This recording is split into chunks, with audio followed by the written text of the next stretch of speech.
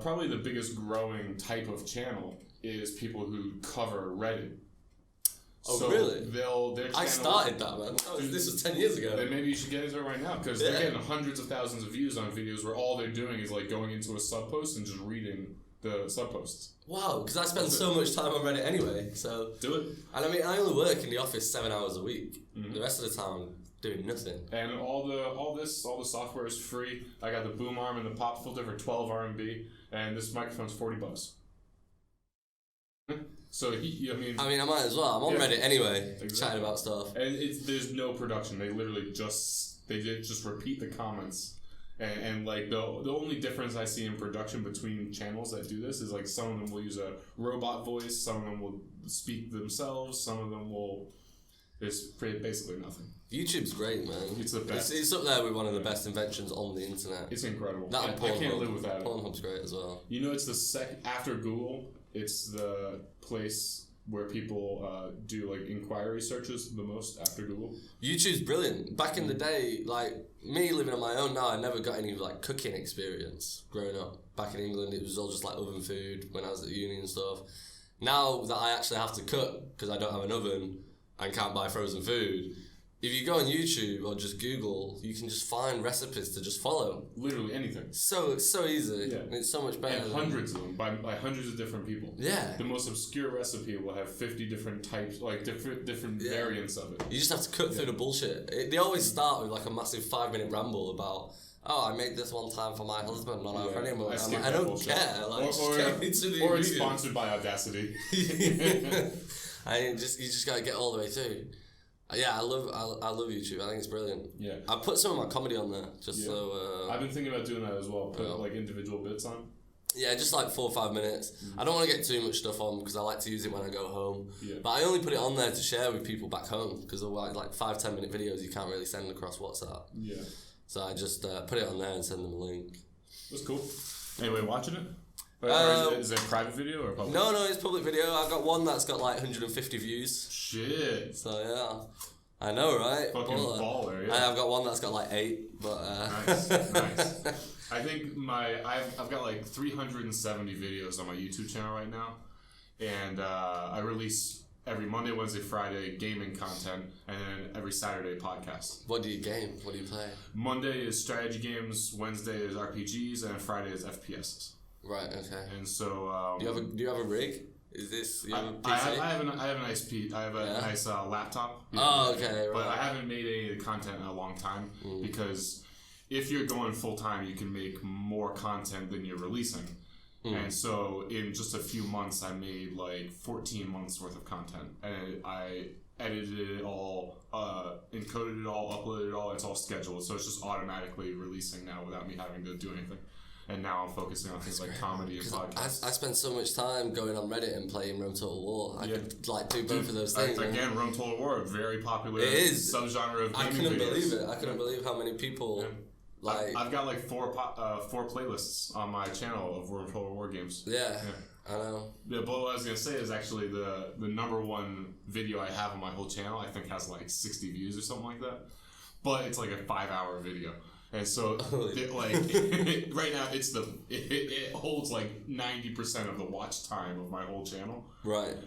Because it's like a really obscure board game that me and my brother and father grew up playing about World War II. What's it called? It's called Axis and Allies. Mm-hmm. And there's a remake of it, a digital remake that you can download for free called AAA, where it's just an identical recreation of the board game, but for a computer. They're doing that a lot recently. That's becoming the new big thing, man. And playing that is pretty popular on YouTube. It's not popular for a large fan base, but the small fan base that is watches all of the content. Right. So it doesn't matter that I'm in there speaking for 5.5 hours in a monotone voice, and there's no music and there's no editing, nothing. People watch all 5.5 hours. I feel like Risk started that.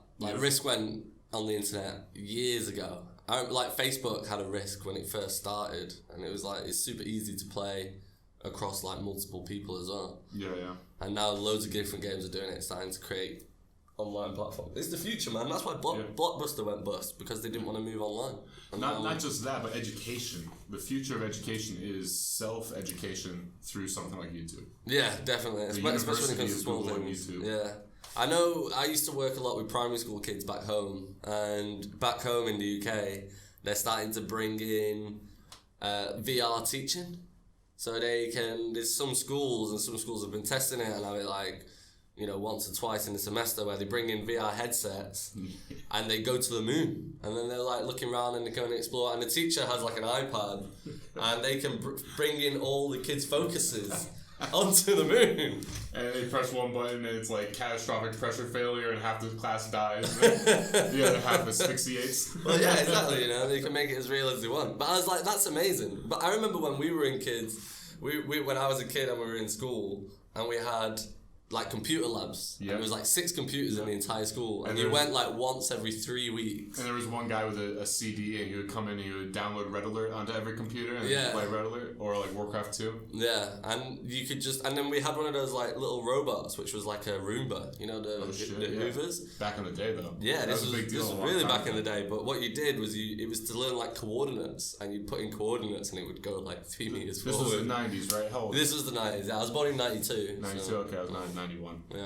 So this was back in the night. I think the early 2000s and late 90s we like apexed in terms of communication. I think now we've gone too far. There's too much. There's too much like phone. Like there's too much you can do on your phone. Back then, early 2000s was you could maybe take some grainy photos. Yeah. Can I swear? I don't know about Of course. Okay, right. Fucking say whatever you want. It's YouTube, right? That's why I got that HBO shit. Well, they basically demonetize everything at this point, so there's no reason to try to be clean. Alright, well that's good, because it comes naturally to me. Just the name being bullshit in video games is automatically demonetized. That's true, I did forget. That should have been a big... But I was wondering, like, some words were like cocksucker. Is that okay? I can say cocksucker? Yeah. Oh yeah, you can say fucking cocksucker. Oh wow, no way. But yeah, I think when we reached that level of technology where you could take like a small photo and just ring and text people, I don't think we needed more than that. It's convenient, but I feel like now, especially being a kid now, man, everything you do is like saved a life. You get drunk at a party when you're 15 and your dick comes out, everyone's gonna see it, not just the 7 people you're friends with. Well, that's the thing. It depends. Are your 7 friends pieces of shit, and they're gonna take a video of your dick and send it to everybody? Well, yeah, of course. If you're a guy, that's what your friends do. Yeah. Well, then you need to reevaluate things beyond what technology you're using. Yeah. To be fair, actually, I was gonna say you don't really get much choice in your friends because it's whoever's like on your street or in your school. But now that you're online, people have such massive. People have friends like on the other side of the world that they never meet who are like good friends. Yeah, and they're definitely not big fat dudes pretending to be 16-year-old girls. No, but it's worth it, right? Yeah, who knows? The imagination is what counts. Yeah, exactly. Does it matter as long as you're having a good time? So, what games do you play? You say you play Total War. So I play Total War. Which one? At the moment... Do you play one of the shitty ones that I'm going to judge you about? No, well, I started on Medieval 1. That was my first one, which is the second one they ever did. And I even had the Viking Invasion expansion which is classic, but super low quality. Yeah, that was when it was still... it was like Risk, man. It's tough to play. Yeah, it was hard work. And then obviously I went on to Rome 1, which I played for years and years. The real deal. Yeah. The gold standard. That was really top-notch shit. That moved them along. And then I played Medieval 2. Yeah. And I still play Medieval 2, man. It's a good game. On my laptop. Play the vanilla, or you play it modded? No, so at the moment I've been playing the stainless steel one. Oh, which one's that? I never heard of that. So there's like extra cities, like there's more cities, like they've expanded it, so they've got rid of the Americas and they've used the maximum amount of cities they can possibly, and regions they can possibly use. Okay, and then so there's the an world increased... is just Europe and Asia and Africa, or what? Yeah, and then there's an increased unit pool as well. And also it's like more varied, so you've got like harder technology trees, and it's capped, so you can't have like an unlimited amount of like feudal knights. Okay. So that you have to have balanced armies. Why can't I have an unlimited amount of feudal knights if I can afford it? because the idea is to give you like more balanced armies, so that you've actually, you know. Yeah, I don't like it when a game tries to force reason onto me. I know. I've been playing this game for years. Yeah, I need to mix I it want up a the bit. option to be as unreasonable as I want to be. Yeah. So have you ever played the modded medieval 2s, like Third Age, for example? I played Third Age, but it's the same thing with the new Warhammer. The reason I've not got that is because the historical element is what really draws me into it. Okay, that's a fair point. Yeah. Have you played Warhammer? No, I've not. So there's a substantial difference between Third Age and Warhammer. I was actually one of the reasons I got Warhammer is because I was hoping it would be like Third Age, because despite what it looks like, I actually find Third Age to retain a lot of the strategy that's essential for the Total War experience. I would say like there's maybe only one unit where strategy goes out the window, is those giant fucking elephants. They're literally unkillable with anything except ballistas. But for the rest of the stuff in the game, even the fantasy creatures, they fall within very hard tactical lines where they work sometimes and don't work other times, and so you end up having balanced unit rosters. You don't just spam trolls or some shit like that. Whereas in Warhammer, there is all of that like military realism and all of that strategy shit goes out the window. The best thing you can do is just have an army of dragons. An army of dragons just beats everything else. It does make sense, I guess. Yeah. Okay, yeah. I mean, at the moment, I'm playing the Divider Impera for Rome 2. No. It's one of the subs for Rome 2, so I've been playing that, which takes it to like 4 turns per year, and it does pretty much the same thing as Stainless Steel, actually. Just makes it more deep and complicated. Yeah, exactly.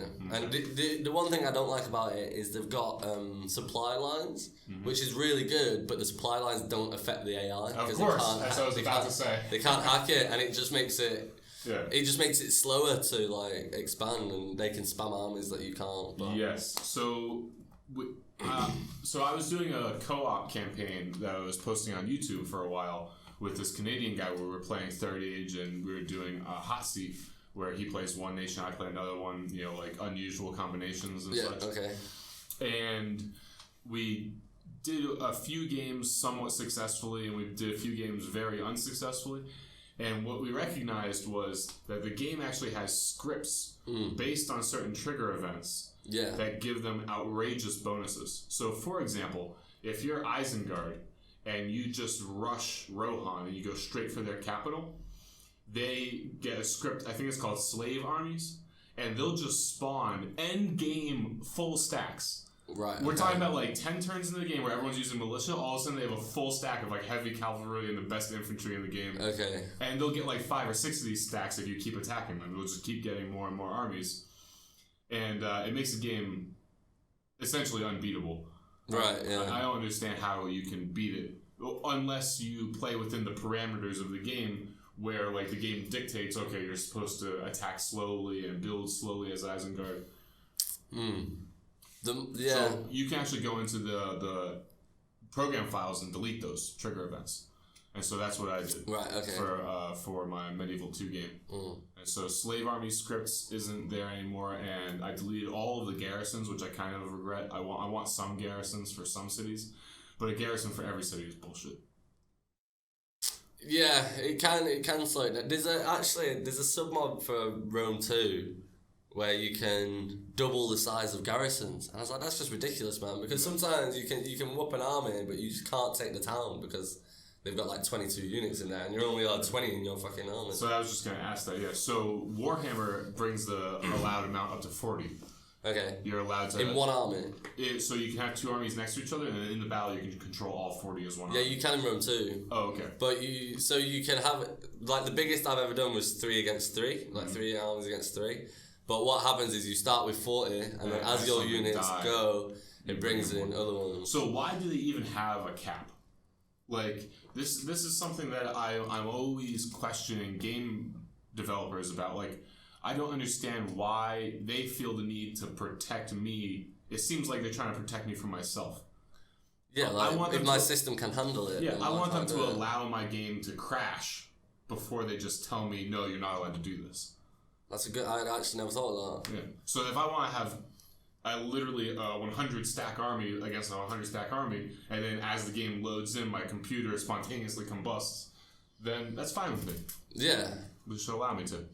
I guess. Especially with how wildly unbalanced Warhammer is. Some of the races are just substantially worse than other ones, just in all military regards. Yeah. Like, there's one race that's like all rat people, and they're utterly worthless. Okay. And like they're supposed to be a swarming race, and so you get the imagination, you get the idea at least that okay, you can assume that they're always going to outnumber you in a battle, but that's just not true. Every other race will be able to field a 40 stack.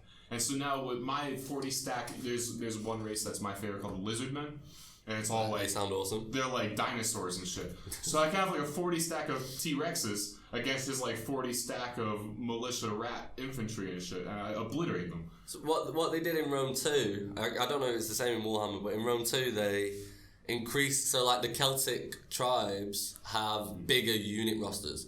So, like, I might have 20 stacks against 20 stacks, but the Roman infantry, one stack is 80 men. Okay. Whereas for the Celts, one stack is 120. Okay, yeah, there's some of that. Yeah. There's some of that. Because the desert kingdoms in Rome too are shit, because they're just light spear infantry. Yeah, really, with basically no armor. Yeah, exactly, and once my legionaries go in... You obliterate them. Yeah, it's just no contest. Well, which I guess in real life was actually kind of similar, to be fair. Absolutely. I feel like the regiment number has been going down though in the newer games, because like in original Rome, the largest one was 242, right, with the late legionary cohort. Yeah, the first cohort. Yeah, 240 with the spear band. Yeah. And in Warhammer, I'm almost 100% sure there's nothing over 160. I mean, I really want to play Thrones of Britannia because that's supposed to. But I guess the realism would be having small armies. Small armies, yeah. But so you'd have, I guess you'd still keep 20 stacks, but I reckon the cavalry would be like 20 men. Yeah, which is kind of disappointing. It is, but it's an entire. It's the normal size of a Total War map, but only the British Isles, which is pretty fucking dope. That's a lot of. Are there that many cities in England? No, because the Vikings wiped them all out, man.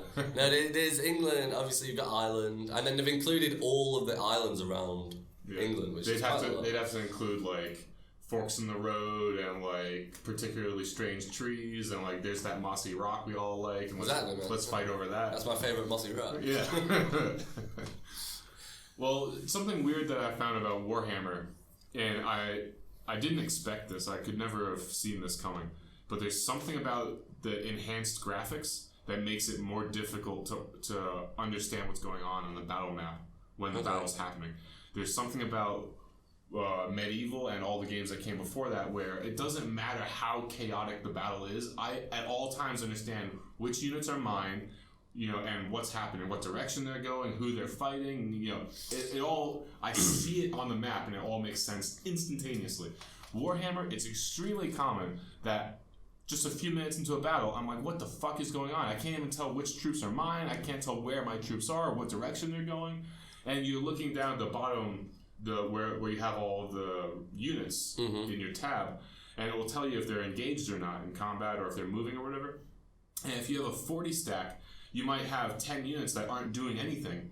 But you don't even know where they are on the map, because like maybe it's just my eyes, because I've asked other Warhammer people about this, and they've sort of vaguely agreed, like, maybe that happens a little bit, maybe I get that, but I just cannot figure out what's going on in there. I would actually prefer lower graphical terrain quality. Right. Okay. They can increase the unit model quality. Yeah, but definitely. But like when we're in a jungle environment, and I actually can't see my troops. Like this game becomes very difficult to play. I think you should play Rome 2, man. Rome 2's sick. Yeah. I mean, it got trashed when it first came out. I've never played it. Which is why I didn't play it, but then they've patched it and patched it and patched it. Now 10 years later, and now it's actually a sick game. It actually works. It's quite balanced. It's got decent. I think it's good, man. It holds a torch to Rome 1, definitely, in my opinion. Are ships still sailing through land? No, thankfully. The naval battles I actually find really difficult because there's not that much you can do tactically.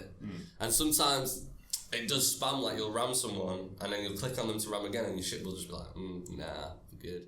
and just won't move, which allows them to ram you. And so how could you ram them again? If you ram a ship, it's like a T-bone.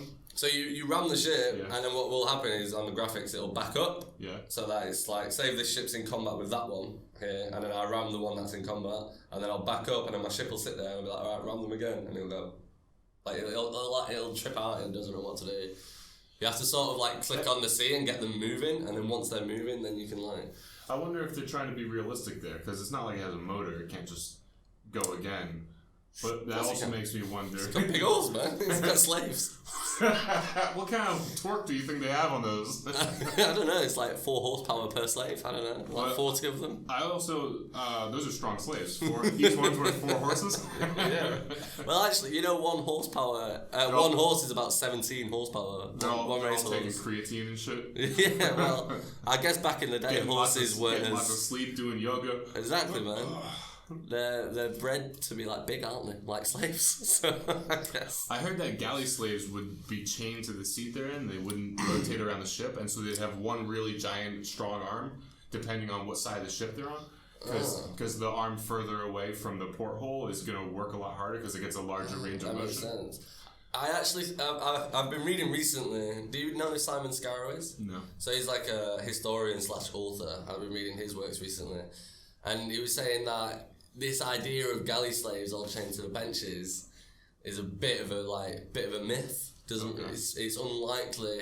It's more likely that the... Weren't the British famous for that? For just like forcing prisoners to row boats until they die? No, also a little bit of a myth. Okay. It's like they reckon the galleys, especially the smaller ones, especially would have been a mixture of slaves and freedmen, because you can't be carrying 80 people on a ship and have them chained up and feed and water them and then not expect them to fight. Like, the idea is you row into a fight and you want every single person on your ship, especially the guys with fucking massive arms. Yeah, one massive arm. Yeah, that's his sword arm, so it's fine. You want those guys fighting. You don't want to have 80 people below deck chained up who aren't really doing anything. Yeah, that's a fair point. Yeah. What about when you go into canon age and stuff where you don't need people swinging swords? Then could you justify just having 80 dudes chained up down there? Yeah, but it'd be hard to... I mean, why you don't really need people rowing during that age because you've got, like, sailing boats. Well, they had sailing boats back in the Roman times. Yeah, but it's the exact same technology, combat was right? more about, like... It was all, like... there was no ships there that could navigate, like, deep waters. It was all, like, coastal fighting and, like... Nah, the Vikings went to America. Yeah, but the Vikings had different ships. Definitely accidentally, but... But their ships weren't built for, like, the way that combat was... back then, which is based on the Greek model. It wasn't like triremes. Yeah, which was the Greek way of naval combat, which the Romans copied. They think that the Vikings carried ships from Scandinavia all the way to the Black Sea. Yeah, melting. Apparently, what the Vikings would do when they'd settle somewhere was they'd bring their ships on land and turn them upside down, turn them into houses. Yeah. Fucking brilliant. Yeah. Fucking crazy people. I know, man.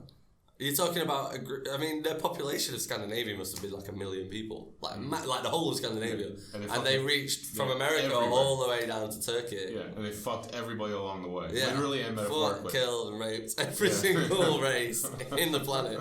All because it was just too cold and dry back home. Yeah, exactly. Just because, their homeland was just a wasteland. Desolate, frozen, fucking mountain range. I know, exactly. But not a great age to be alive, but, you know, what a fascinating age to study from a safe distance.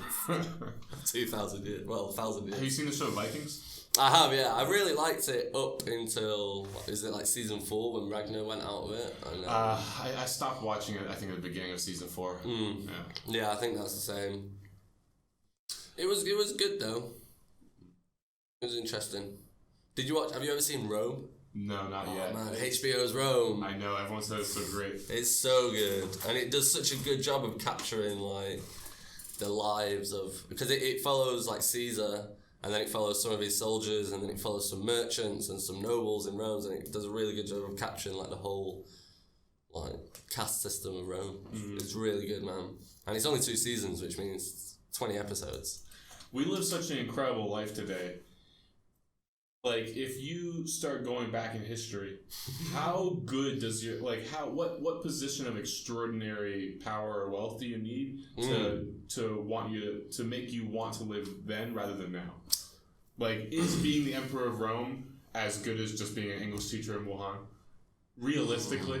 Not the Emperor. There is people on that level of, like, nobles who just have an unlimited amount of wealth and slaves and land and don't really get involved in politics. But is that still better than... I mean, 2019. I think so. I think that level, but anything below that rung is just not as acceptable. Hell no, man. You get like a paper cut, you die of an infection. No, Romans had great medicine, man. What does that mean, great medicine 1,000 years ago? I mean, also they didn't have paper, so you can be okay.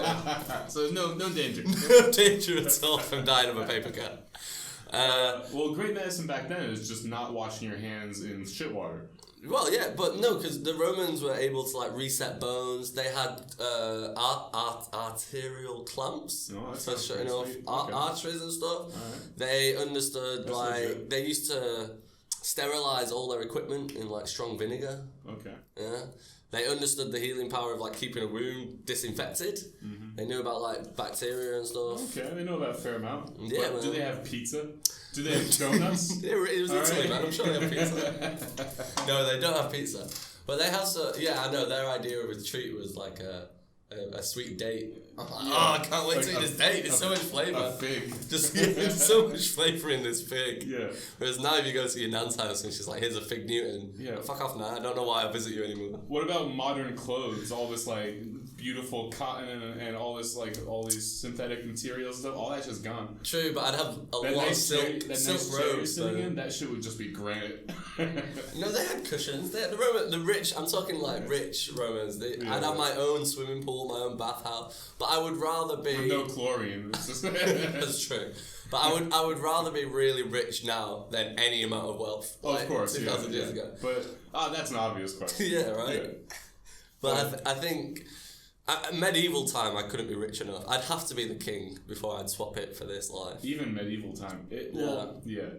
I would have to be not just royalty, but royalty with absolutely no responsibilities and unlimited power and wealth and it would also have to be a society that's substantially advanced. Yeah, it would have to be a cool one. Like it really can't be like the ancient, like, British. No, I couldn't be like, the English. Because, I mean, this is what you don't see enough of. Living in a log cabin. With the richest guy in the world, right? With, like, dirt floors.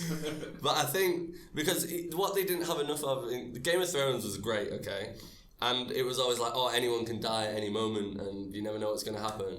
But to make it more realistic, what they didn't have enough of was really important people dying of the shits. Yeah. Because the amount of times in history just like that's happened. Pork and then you're dead. Edward I, the guy who won the Battle of Agincourt and, like, basically smashed the French, he had a son, Edward II, who would have been Edward II, who was Edward the Black Prince. Like, you might have heard of him. Quite famous. Okay, well, anyway, he helped, like, conquer most of northern France and northern Spain. You guys love princes and he was like a real badass. Yeah. And whilst he was on campaign in Spain, he died of the shits. And his younger brother... Dysentery? Yeah, dysentery. And his younger brother took over and was just a complete fucking disaster. Yeah, that's not... I wouldn't be into that. No, exactly. And Henry V as well, the guy who conquered France. And basically... He died at the age of 40, again, of the shits. If he'd have lived to 50, then he had a treaty signed with the King of France, where when the King of France died, the crown would go to Henry V. But he died, and his son was just a little bitch. Literally, that's what led to the Wars of the Roses, was the death of Henry V. Shit. Yeah. So, we could have owned all of France, The War of the Roses? Yeah. Never heard that before. Yeah, really? Okay, that's, like, massive back home. Yeah, I'm not that familiar with... Yeah. It was the first English Civil War, like the second. There's just so much goddamn history in other places in the world. It's just, exactly. It's impossible. You have to just learn a specific amount, right? Yeah. That's why I like America. Give me a paragraph, I can sum it up. Okay, that's true. Well, white American history. It takes a little bit longer to go through Native American history. Well, they didn't write anything down, so... Well, they did. White people just burnt all their books. Did they have books? Yeah, so the Mayans... Whoa, wow, there's a difference between Mayans and, like, the Blackfeet. Well, yeah, obviously, those guys didn't have books. Well, you said Native Americans, but it's Mayans in Central America. It's still Central America. But completely different civilizations. Yeah, completely of course different cultures. But it's still Native Americans. They were native to the Americas. Fair, okay, yeah. But they by have strictest definition, they are the same. Yeah, okay, they're not the same as like the what are the really famous ones called? Like Mohicans. Yeah. The Sequoia. What's the one that begins with a C? Cherokee? Yeah, I think so, yeah. The Jeep is named after them. Yeah. So offensive, man. Hey, man. History is brutal to everybody. Yeah, it does kind of annoy me when people talk about the Americans like they're the only people who've ever committed genocide in history. Because the British don't get enough credit. We don't get enough credit for all the genocide we committed. Right? Yeah, I know. And it was so much. Yeah. What it's like is it's like the British built the house and then the Americans put a sign on the door and everyone's like, this house is American, this is ridiculous. And the British are like, it's bullshit, we built that. Which is weird because that's what the British used to do to everybody. Is just doing that. But when people talk about slavery, they're like, the only place slavery has ever happened was North America, which is ridiculous. It is ridiculous. The word slave was invented from Slav, from the Vikings conquering the Russians. I know. And there was something like 30 million Indians died in South America as slaves. Mm-hmm. But, that's why there's no Indians in South America, man. I think the figure is like 10 million African slaves went to the Americas, and only like 400,000 went to the United States. All the other ones went to South America because that's where they wanted. They had the climate to grow what they wanted to grow. Yeah, rubber and coconuts and whatever, and obviously the Caribbean islands, all your sugar and stuff. Yeah.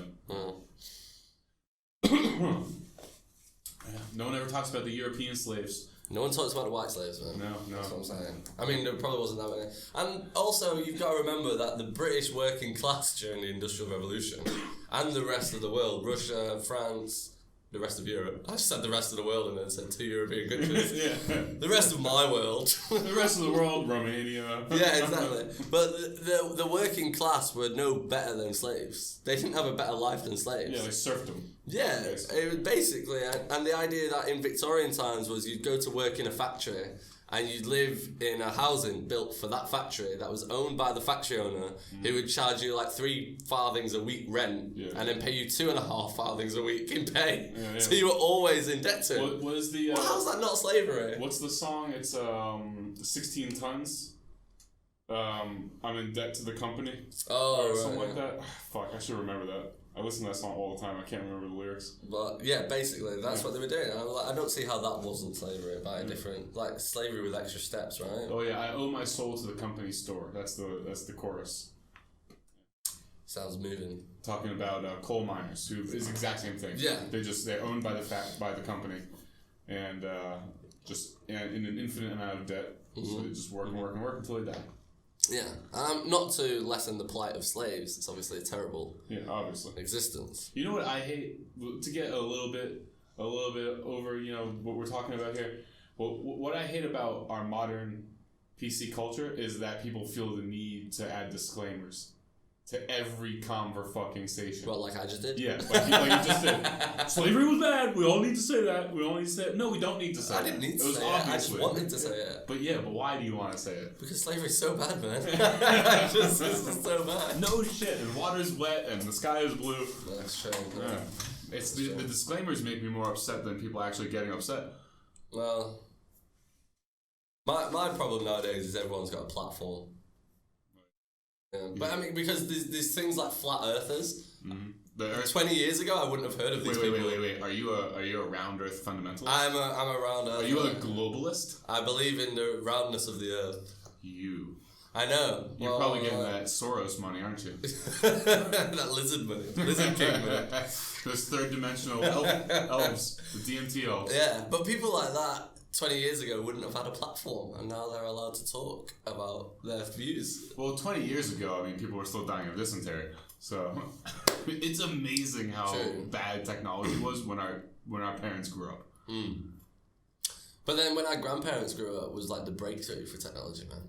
My granddad tells me about the 60s, and he's like, he just left the army because he'd spent like 12 years in the Air Force. And then he left because he was like, well, it feels really bad to be in these countries killing people, and it's like not my country, and they just want their own country back. Like, so I need to leave. So he left, and then he started going on all, like all the hippie, like ban the bomb movements and stuff. Yeah. And he was like, they just invented female contraception for the first time. Everyone's just fucking each other. I was like, this is great, Granddad. This sounds amazing. So you don't need to be so vivid when you speak. Well, yeah. But you're gonna be that vivid when you're a grandpa. No, I'm gonna be worse. Listen, son. One day my cock just turned purple. Went to the hospital, but I didn't speak Chinese. Right, well, yeah. Well, I actually had that conversation a little while ago with a friend of mine. Do you think that people were fucking more in the 60s and 70s in like the hippie movement, or today? Because back then it was like a cultural thing with this free love and contraception just came in, all this stuff. But today it's so easy. Not just easy. It's like it's not. It's like so casual. It's not even important enough to be a cultural thing. Yeah, okay. People just fuck. They fuck like because they're bored.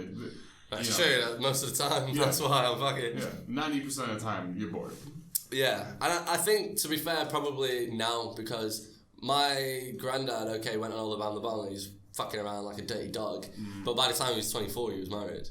Yeah. I don't know if he was still fucking around like a dirty dog. Like, I don't want to cast aspersions on my grandpa. Well, back in his day, he probably lost his virginity when he was like 8 years old.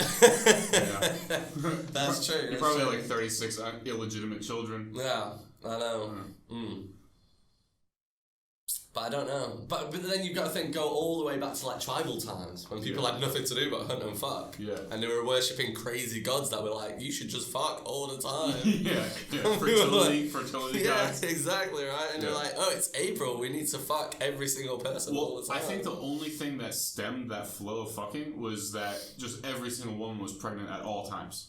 Yeah, and then they'd die. Yeah, 100%. Because they, like 9 times out of 10 they'd die in childbirth. Because that is what, I mean... And if they had a child, it would die. Yeah, exactly. Yeah. The infant mortality rate... It was outrageous. Disgusting, compared to what it is now. And so I think that's the only thing that stemmed the fuckage. Yeah, it was just lack of women. Just how often fucking kills people. Yeah, true. Yeah. It's so dangerous. But it's so good. That's why it has to be good, isn't it? Otherwise... Well, it's actually quite a lot of work. You're all like sweaty and like wet and stuff. Neil deGrasse Tyson made that point on Twitter a long time ago. He was like, any species that doesn't enjoy having sex isn't going to propagate. But there's tons of species in the world where sex is either extremely painful or it directly leads to the death of one of the things. Sure, there is. Like apparently, when cats have barbed cocks. Cats. Yeah. Yeah, and so like when you see 2 lions fuck, it's like they're like actually fighting, like it's pretty intense. Right, I know ducks have like corkscrew penises. Yeah, and duck vaginas are like a maze because there's so much duck rape. It's only duck rape. All duck fucking is duck rape. There's no consensual duck fuck. Yeah, that's why they say you shouldn't feed the ducks, because when they're not out hunting for food, they're raping each other. So if you see some little old woman with her grandkids, feeding bread to the ducks, you should go and tell her, like, look, you're propagating duck rape. Yeah. Can you please refrain? Look, do you like rape old women? That one's a rapist, that one's a rapist, that one's a rapist. Man, maybe you should approach it a bit better then. Do you like it when things get raped? Kids need to learn lessons. That's true. Yeah. Very true. Brutal lesson with grandma. I made a kid cry today just by staring at him. That was good. Yeah, he was laughing at me. He was like stood across him. The kids at my school come into the office, which is super annoying. And you trip them as they come in? Sometimes. I tried to just ignore them. But then there was this one, he was like laughing like at me. Do you know what I mean? Not like, and he was like, I don't mind when kids are naughty, but disrespect gets me. Let's not do that. So I was like, come here. You kept it real? And then he didn't want to come in, so I went over to him, I grabbed him, I pulled him into my little cubicle. Yeah. And I was like, why are you laughing at me? And then he was like, giving it the old Timbudong. Yeah. What he didn't realise was I knew how to ask him in Chinese. So I was like, no, ni wei shen ma xiao wo. And he was like, and then I just stared at him and just kept staring at him. And then he just suddenly just went, like his face just crumpled and it was just like silent tears. And I was like, oh my god, you little bitch. So then I was like, Bukula, I was like, don't cry. Like, but not like, oh, don't cry. I was like, don't fucking cry. Yeah, don't cry here. Go cry over there. Yeah. So then I waited till the bell went so that he'd have to miss like 5 minutes of his lesson and then just pushed him away. And I was like, go. You disgust me. Well done. Yeah, right. Like, don't come back. Those moments at work when you're working with children, those moments that you get when you're away from the children for any length of time is precious, right? It's gold. It's gold. Especially in these fucking concrete boxes. I don't know if you sound like you work in a legitimate school, but I'm sure I do, yeah. I'm sure you've had part-time in an apartment. Yeah. And like when you have 10 kids in a small concrete box and they're just screaming as loud as they can, because for some reason that's an integral part of all Chinese lesson plans. Everyone has to speak at maximum volume all the time. I heard that. And there's like a 5-minute break in between classes. I leave the class and I go into like the teacher's office, which is just a storage room. It's just filled with shit. And I close the door. I close the door and I lock it, and all the lights are off. And I just stand in the darkness, and it's just quiet for 5 minutes. And I stay in there until I hear them scream my name, like Brian, class has started again. I feel like I'm gonna need a room like that when I have kids. Like a room with a padlock on, and the kids are never allowed in it. It's just going to be a soundproof black room where I can just like cry and scream. Oh man, I hate kids. Yeah, I'm not a big fan. People say you work with kids, you must love kids. No. The thing is, I don't hate them intrinsically. I just hate them. They have terrible personalities. But yeah, I don't hate them more than I hate adults. Exactly, I hate them, but I think that's an inappropriate amount of hatred to hate a child the same amount that you hate an adult. I think that all the time. Like, I look at kids who make me mad, and I think of them in exactly the same way as an adult who makes me mad. It's probably an inappropriate amount of hatred. Yeah, probably. Yeah. Kids have less control, but then it's not true, because you get kids who are little shits and you get kids who are nice. Amazing. So this kid can be nice. And the difference you have no excuse. You have no excuse. The difference is the home. The difference is family life. You can tell who's got bad parents. Of man. course, Instantly. Although sometimes they surprise you. I remember meeting one kid who was a little shit. His mum was just the nicest person ever. Maybe to you. But I think she was just overwhelmed. I think this kid just being a nice person doesn't make you a good parent. Yeah, of course. Oh. Yeah. So she was just weak. She was weak. She was weak-willed. Yes. Pathetic. I know. No time for her. I'm I'm leaving China next month for good, and my plan is to never, for the rest of my life, teach children ever again. That sounds like a good plan. Even if it's my own child, I'm going to try my best to just make them learn themselves. YouTube, what's the excuse? Exactly. I'm always going to have a policy in my house where if my child comes and asks me something, I'm like, before you ask the question, why don't the two of us just go on YouTube and see if they have the answer? That's good though. That's a different method of teaching. Yeah. Let's see if 10 experts in the field can answer your question before you bother me with it. Before you ask me something and embarrass me in front of my friends. Yeah, right. Because I don't know the answer. I'm trying to have beer and chips, guys. I don't know why Mummy's crying upstairs. Why don't you ask? Why is the sky blue? Well, son, it's not always blue. We live in the inside of an eye of a giant. There you go. Take that to school. First of all, Alex Jones. So, have you ever considered that our parents had to live their whole life where whenever there was an argument, all they could do was argue, and then argue, and then argue, and then if they don't come to some kind of agreement, they just have to accept that they don't believe either answer. I don't believe you, you don't believe me, so we just walk away. I don't know about you, but it's been a long time since I've gotten into an argument about anything except like politics. Yeah. Or like religion, something you can't Google. But I can't remember the last time I got in an argument about some really basic shit, like how fast does a fucking ostrich run? That's true, actually. I don't have. Can an ostrich run faster than a lion? I don't have those debates anymore. Yeah. When we were younger and we used to get blazed, we used to have those arguments because we'd be in the woods somewhere. We were like 16, you don't have 4G, you can't search it on your phone. So we used to have those ridiculous arguments, and we'd be like, and then the argument would end, we'd be like, we'll find out, and then everyone would forget. Yeah. And we'd have this exact same argument. And then you go search it on Ask Jeeves. Yeah, man. Good old Ask Jeeves. No, everyone would just forget by the time they got home, and then we'd get blazed again and have the exact same. Classic. Oh my god. Classic. Yeah, exactly. I feel like we should talk about Game of Thrones. Yeah. Because it finished this week. Yeah. This is the week to talk about. You've seen them all, right? Of course. Of course, right, okay. What's your initial reaction to the final season? In one word. Could you do it in one word? Yeah. And then we'll get more in depth. But let's start with like one word and expand. Tragic. Tragic? Yeah. Okay, interesting. Yeah. I'd just say, I'd just stick with disappointing. Kit Harington. Is that what he said? He said that exact word. What? In an interview? In an interview. I thought you were leading me up to that. Yeah. No, seriously. Yeah. An interviewer asked him to. Was this before the final episode came out? I believe it was right before episode 6 came out. Oh shit! And what a lad. They were like, obviously you can't spoil anything. But can you sum up the season finale with one word? And he goes, disappointing.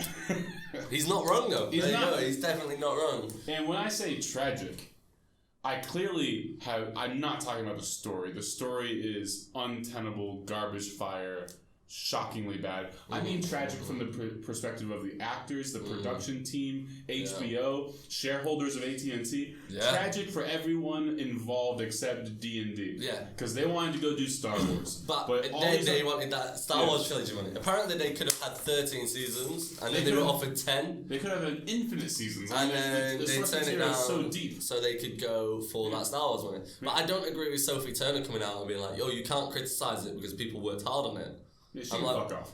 Well, yeah, I mean, I was reading this Reddit thread. I work hard all the time. None of my work someone is had worth wrote, like, the Nazis worked really hard in World War II, but you can't give them credit for it, can you? Like, I was like, well, the point is there. And I do think it's a shame for everybody that was involved. I think they destroyed so many character arcs, and there was so many points where, like, the Arya and the Night King thing was done just because otherwise Arya wouldn't have done anything. Yeah. If she didn't kill the Night King, her story would have just been... Think about it from a career perspective for the actors. They spend 10 years on one of, if not the most popular show of all time. Probably. I would say that's And accurate. then now the whole world has an incredibly bad taste in their mouth because of how shit the ending was. And now, instead of spending... Imagine that you're one of the actors. Instead of spending the rest of your life... I'm Amelia Clarke. Yeah, so you're Amelia Clarke. And when people see you, they go, oh shit, Amelia Clarke. They should say, I love Game of Thrones. Now what everyone's going to say is, the ending was shit. Yeah, that's going to be the first thing. For the rest of their life. But at least, because Amelia Clarke also said that she thought the series was shit. Well, I mean, it almost like... At least it's okay if they come out... It feels like they're defending their careers at this point. But I feel like it's okay if they come out and be like, well, you know, I didn't... I feel like the early actors, people like Robb Stark, who died, who everyone loved and then died, they've actually now... They're probably laughing now because now everyone's favourite characters now like... Robert Baratheon, he was in it for like 6 episodes, and people still fucking bang on about him and like Robb Stark, and the fact that... And I saw an interview with, you know, the guy who played Barristan. Yeah.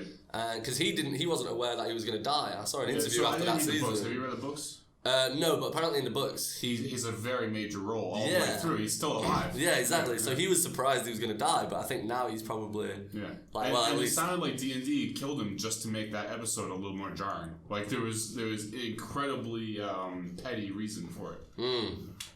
Yeah, and I think. I would have made... There was no reason to make the last 2 series shorter. Why not just have 10... They just wanted to get to Star Wars. Even 10 episodes would have... No, they just wanted to get to Star Wars. Because they made 6 now, and it was 8 in season 7, right? 7. So it's 7 and 6. 7 so and they made... 6. What's that? 13? So how many are missing? 7 episodes. Yeah. To make an extra 7 episodes, how long does that take? 6 months? Yeah, 6 months maybe. I mean, it depends on it, because when they filmed the Battle of the Bastards, that's 20 days. Just to film 1 episode, so it depends on the episode. And that was a shit episode. I thought that was a shit fight. Yeah. What's been your favourite episode? Shit, that's a tough question. Favorite episode? Single episode? Yeah. I'd have to go with one of the earlier ones because it would have to be the first 3 seasons. Yeah, so episode 9, season 2. You know, the Battle for King's Landing. Yeah, Blackwater Bay. The Blackwater Bay. That's my because I think because there maybe there's been episodes better. Like the Mountain and the Viper was obviously fucking brilliant. Yeah. I thought the Battle for the Wall in like season 5 was epic. Whoa. I really enjoyed it. I didn't like how unrealistic the battle tactics were and stuff. Especially anytime you see an unrealistic strategy, that's when they're diverging from R.R. Martin because he takes military strategy extremely seriously. And so when you have a 100,000 strong army and he knows that there's only one fort that's being manned and only has 200 men in it, why the fuck would he attack this one? True. But I think the episode 9 season 2, the Blackwater Bay, was just the first one where it was really... I mean, that had the dragon boat, the boat with the wildfire and then all the people on fire outside King's Landing. Yeah. And I remember, and that was one where Tyrion almost got killed and I was like, oh shit. For me, it would be that or the Red Wedding. Oh yeah, okay, the Red Wedding. That's a good shout. The shock, man. Yeah. I mean, the shock when Ned Stark was killed compared to the Red Wedding. So my problem was, I don't know if you heard the term Red Wedding before the episode. I don't know. But I did. And so I kind of guessed, alright, a lot of people are going to die. I don't know who's going to die, but a lot of people are going to die. Is that what it means? Well, yeah, it's the Red Wedding. Everyone dies at the wedding. But I thought it was called the Red Wedding because I thought that term came from that episode. Is that not? That term Red Wedding exists before? Yeah, I think it's from the book. Oh, okay. Yeah, I didn't know that. I didn't know. Yeah. I also don't look at the names of the episodes before I watch them. Yeah, that's a good policy. For the same reason. Yeah, I try not to. Yeah. I have some Game of Thrones on my computer, but of course it's all, since I'm in China, it all has Chinese subtitles. And it's Chinese enough where even the opening credits has Chinese characters in the credit sequence. Oh, wow. I just pirate baited it, man. Well, which is kind of cool, but also really annoying. Because I don't read Chinese, so... Also, don't they edit it in China? So they edit out a lot of the violence. I get the unedited ones. Oh, no. Which, again, is... Like, makes you question, why does it have such deeply ingrained Chinese in it if it's the unedited version? Yeah, I just think it was just a disappointing way to end. Yeah. And I think the whole... it was just... It's gross. It was disgusting, man. I'm actually making an alternate ending video right now. And so I'm starting from episode 3. And I wrote a script. And I'm probably going to finish the video today and then edit it, and I'll probably be uploaded in a few days. And it's like what I would have liked to see happen with the story. The thing is now, I think I'm going to have to read the books. Yeah, which is maybe George Arman saw the scripts and was like, now people are... Because I was always like, I don't think I'll read the books because I enjoyed the series so much. I didn't want to detract from that being my Game of Thrones. I agree. Now I have to read the books. And I think George Arman's... Smart guy. Yep. I also think that he stopped writing right when the show started coming out, right? Because he hasn't released his last 2 books. No, it's difficult as well. I mean... I think the reason he did that is because he wanted to see what mistakes D&D make. It's like he's beta testing the story. Yeah, which is very clever. And now he knows exactly how not to do things. Yeah, right, which is smart. Yeah. But I think also, like, do you know who Bernard Cornwell is? No. So he's an author who did, Sharp? Nope. So he did Sharp, which is like probably his most famous set of books, which got made into a TV program. But whilst they were making it into a TV program, he stopped writing as well because he was helping out with the TV program and he didn't want it to like leak into his works, which I think is maybe what George R. Martin did. Because he obviously there's so many different characters in the books as well, and they have such different story arcs compared to what they'd have now.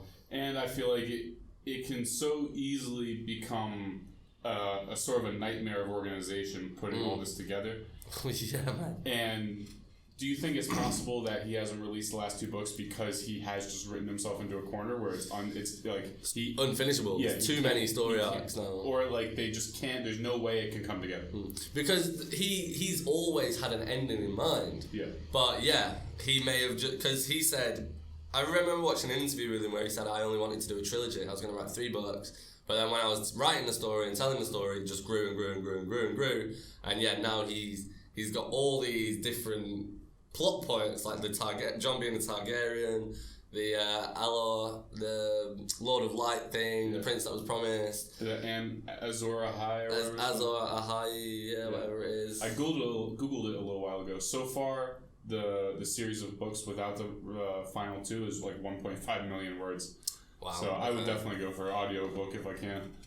I think I find it quicker reading. I'm such a slow reader, but with the audiobook, there's like very low retention. I'm just barely literate. I just generally struggle with the English language, all language in general. Yeah. Which is why it's always like when people tell me to learn Chinese, it's like I could do anything with greater ease than learning Chinese. Yeah. I struggle so hard with languages. I could go out tomorrow, start and finish a career in engineering before I become fluent in Chinese. I know. I don't plan on spending long enough in China to need to become fluent. It would be nice sometimes. I've been here a year now. Oh wow, so you're pretty fresh. Yeah. Fresh off the boat, fresh meat. Yeah, exactly, man. I've had shit to do back home, you know. I've been busy. Couldn't just come straight out here. So I think I'll stay another couple of years. I want to get my snowboarding qualifications. And snowboarding? Snowboarding qualifications. I thought you said snowballing. Snowballing. I'll be a snowballer. No, I want to get my snowboarding and my like winter mountain qualifications. For what? For snowboarding, so I can teach. Snowboarding. Like where? In England? No, probably either New Zealand or Canada. I'd want to do Canada, but New Zealand's good here because I get 9 weeks holiday in the summer and it's winter over there, so I can go snowboarding quite easily. Nice. In New Zealand. You work at a private school now, I assume, right? I do, yeah. Okay. Have you thought about moving to university? I usually get about 6 months of vacation a year. I haven't. That's not a joke. Paid. I've actually been thinking about moving to Shanghai next year. Yeah. Just to mix it up a bit. Yeah, Shanghai's gorgeous. It's amazing. Yeah, and I love Shanghai. I've been a few times, and it's a lot more like the food's so much better. Man. It's like the Chinese food. Literally everything is better. Yeah, and Wuhan is uniquely bad for food. Their food is uniquely poor quality. It's terrible. But I just feel like if I'm going to spend 3 or 4 years here, I might as well do at least one more city. Do you know what I mean? Yeah. And also the wages are higher. Well, it depends where you are. It depends where you live in the city. Yeah, for cost of living, you're going to have way less money at the end of the month. It depends where you live, though, because I live in Changsha at the moment, which is fucking way out. The Changsha of Shanghai is affordable, yeah. Yeah, exactly. You can get a nice flat there for like 2,500, but they'll still pay you the inner city wages. You're even farther away, though, from the Guanggu of Shanghai. Oh, yeah, definitely. Like, I got a friend there right now who's in, like, the Changsha of Shanghai. And it takes him a solid hour and a half to get in. Yeah, my girlfriend lives right at the end of one of the lines, and it is an hour and a half, but it's only an hour and a half on one train. Yeah. But it's an hour and a half, and the trains don't run late in China. Like they stop at like 11 o'clock, something like that. Yeah. I think they leave, their last train sets off at like 10:30. Yeah. Especially they close at different times. So like in Wuhan, line 2 stays open until 11, and everything else closes at 10:30. Yeah. And you can't get on at 11. You have to already be on. Yes. Yeah. Exactly. So I think if you could live out there, and then also the thing with Changsha is I get so many benefits compared to, like, I don't do office hours. How many hours a week do you teach? 7.5. 7.5? That's pretty tough. Yeah. Right? Yeah. And then I still get paid well. They pay all my rent and accommodation, my bills, my internet. Nice. Everything's sorted out. I get full paid holidays. Nice. Of about, it's supposed to be 12 weeks a year, but because exams lead into the finals, if you don't do your office hours, then you can actually leave like 2 weeks before the end of term. Nice. Because you can do office hours, but they pay you 700 kwai bonus, which I don't think is fucking worth it. No. I worked out for my actual teaching, I get paid £50 an hour. Yeah, I get paid. So then they want me to take £90 to sit in the office for 33 hours a week. Yeah. I'm like, no, thank you. It's a terrible deal. It's a terrible deal. The per hourly wage here is outrageous.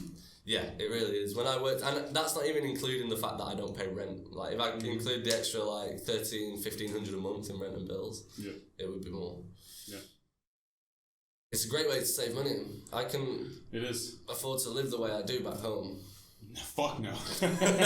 I work like 6 hours a week, 6 months of the year. Yeah, exactly. And not very hard work. Why are you leaving? I'm leaving because I feel like I'm stagnating. I've been here for 4 years. No, that's a good reason to leave. And I don't feel like I'm progressing anymore. And because if you don't leave now, then it'll be another 4 years before you know it, and you won't be able to leave. Exactly. And I got a girlfriend right now, and probably gonna take her back to America. If life takes the family as out, a girlfriend, or just like clean and stuff. Pay her 10 RMB an hour. Still pay her an RMB even though I'm in America. But whatever route my life takes, going into older age, I'm 28 now. I want to be in America for that to happen. Yeah, I know what you mean. I want to be somewhere. I don't want to use the word civilized, but that's what you mean. That's what I'm trying. That's the gist. You live in Changsha, so it's pretty rough out there. But I feel like if I stay here for another 3 or 4 years, which is what I think I'm going to do, I'm going to need 10 years in New Zealand to sort my lungs out. Yeah. Oh, it doesn't get. This is permanent damage. With every breath of the day, it's permanent. It's done, right? Yeah, that's done deal. So I can't stay here. I think my dream has always been to have a snow school, to do my own snowboarding. That's a pretty cool dream. And then when I retire, I want a bar in like Thailand or the Philippines as well. I got an uncle who's got a bar in Malaysia, and apparently he's miserable with it. Oh really? Why? It just sounds like it sounds like it's something that can't auto manage itself, and so he has to. He's like trapped there, micromanaging it. It sounds like he's very happy with his life. Okay. It just sounds like the bar is not very. Not as comfortable as it sounds, probably. I think that for me would have to be. The bar doesn't need to make money for me to survive. Mm-hmm. It would have to be like a retirement plan where, like, I'd want something that was like an Airbnb/bar. Yeah. And I wouldn't want it to be a party one. Like, so the Philippines has got like amazing diving reefs, and I'd want somewhere which was like just a diving area, and it was just for people who want to come and just dive and drink. And then they're get drunk and dive. Get drunk and dive, dive and drink. You need some good lawyers. And they can pay, and then they're just paying me 15 quid for a bed, and then it can pretty much run itself. Yeah. Also, my current girlfriend's Filipino, so probably wrote some of her many family members into.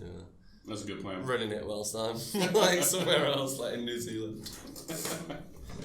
Yeah, I don't have any plan really going back to America. I'm gonna try to buy a house. That's my only plan. Solid. So who knows beyond that? I might buy a house and come right back to China. Who knows? Could do. Yeah. I mean, you must have like some sort of business startup money. Would you not want to do your own like little? So I've got a business already, a jewelry business, right? Where I buy direct from Chinese factories and I send it to a partner in America. Okay.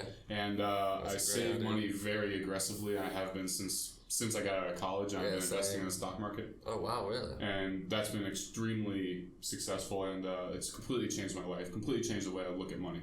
I don't even know how to invest in stocks, but my mate's a stockbroker. One of my best friends is a stockbroker. I should really ask him. I can't stress enough how important it is. The thing is, it's inevitable. You will eventually get into it. I will have to. I've never had that stock money. The problem is, by the time most people are forced into it once they have like a family and shit, when they're like in their 40s and they're suddenly desperate for money, but then it's too late. Yeah. Because when you're 45 or 50 years old, you don't have enough time to go for low risk strategies, because low risk strategies take a very long time to pay off. Mm-hmm. And so you have to either take more risks or just settle for putting your money somewhere that's quote unquote safe. So how much do you put into a stock? Well, there's a whole bunch of rules that I try to live by that mostly focus on minimizing fees. So, like, for example, I never buy or sell anything that's not at least $1,400. Okay. Because I pay a $7 fee every time I buy and sell, and $7 of $1,400 is like less than 1/250th of 1%. And so I do like 3 or 4 trades a year.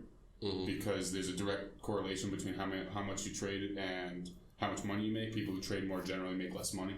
Right. Okay.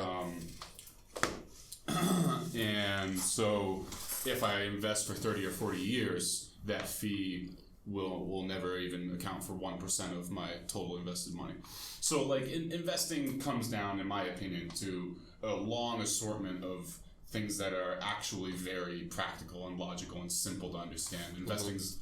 Investing, what I always tell people is, it's easier than any full-time job. if you've ever worked a full-time job, you worked harder than, you put in more effort than successful investing. I've just never had that stock money.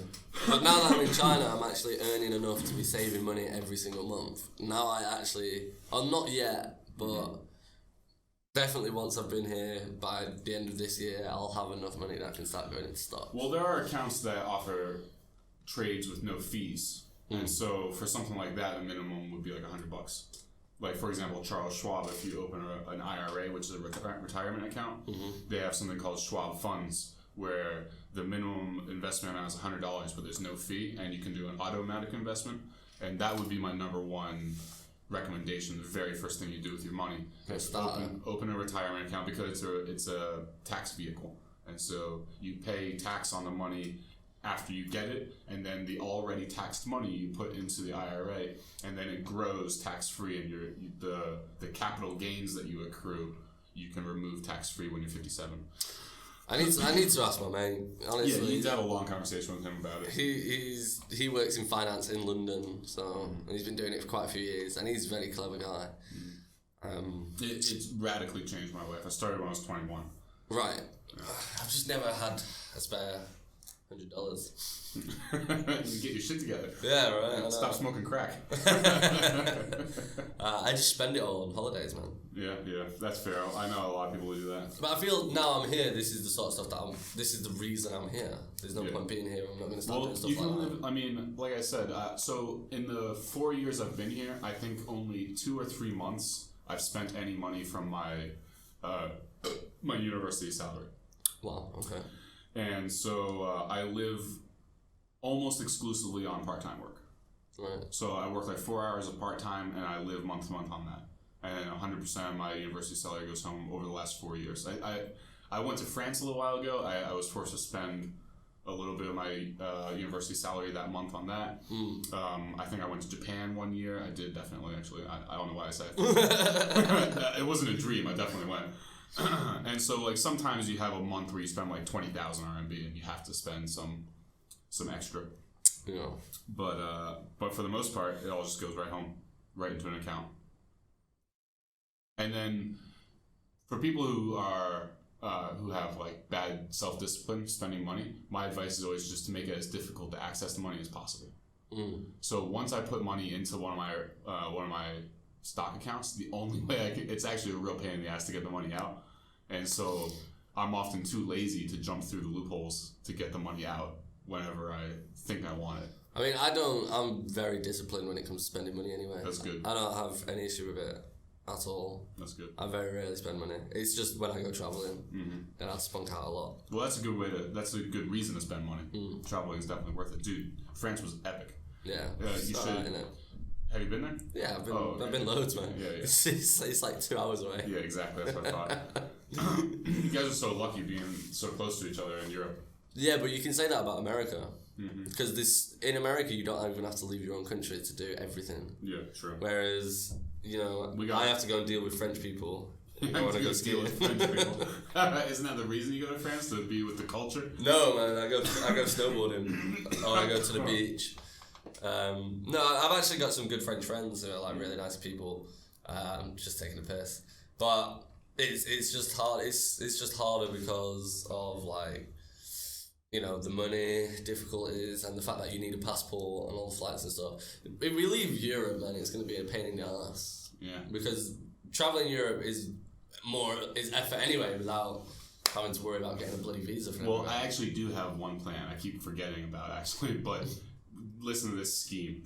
So my dad's from Liverpool, and my mom's Irish, my dad's English. Right. Okay.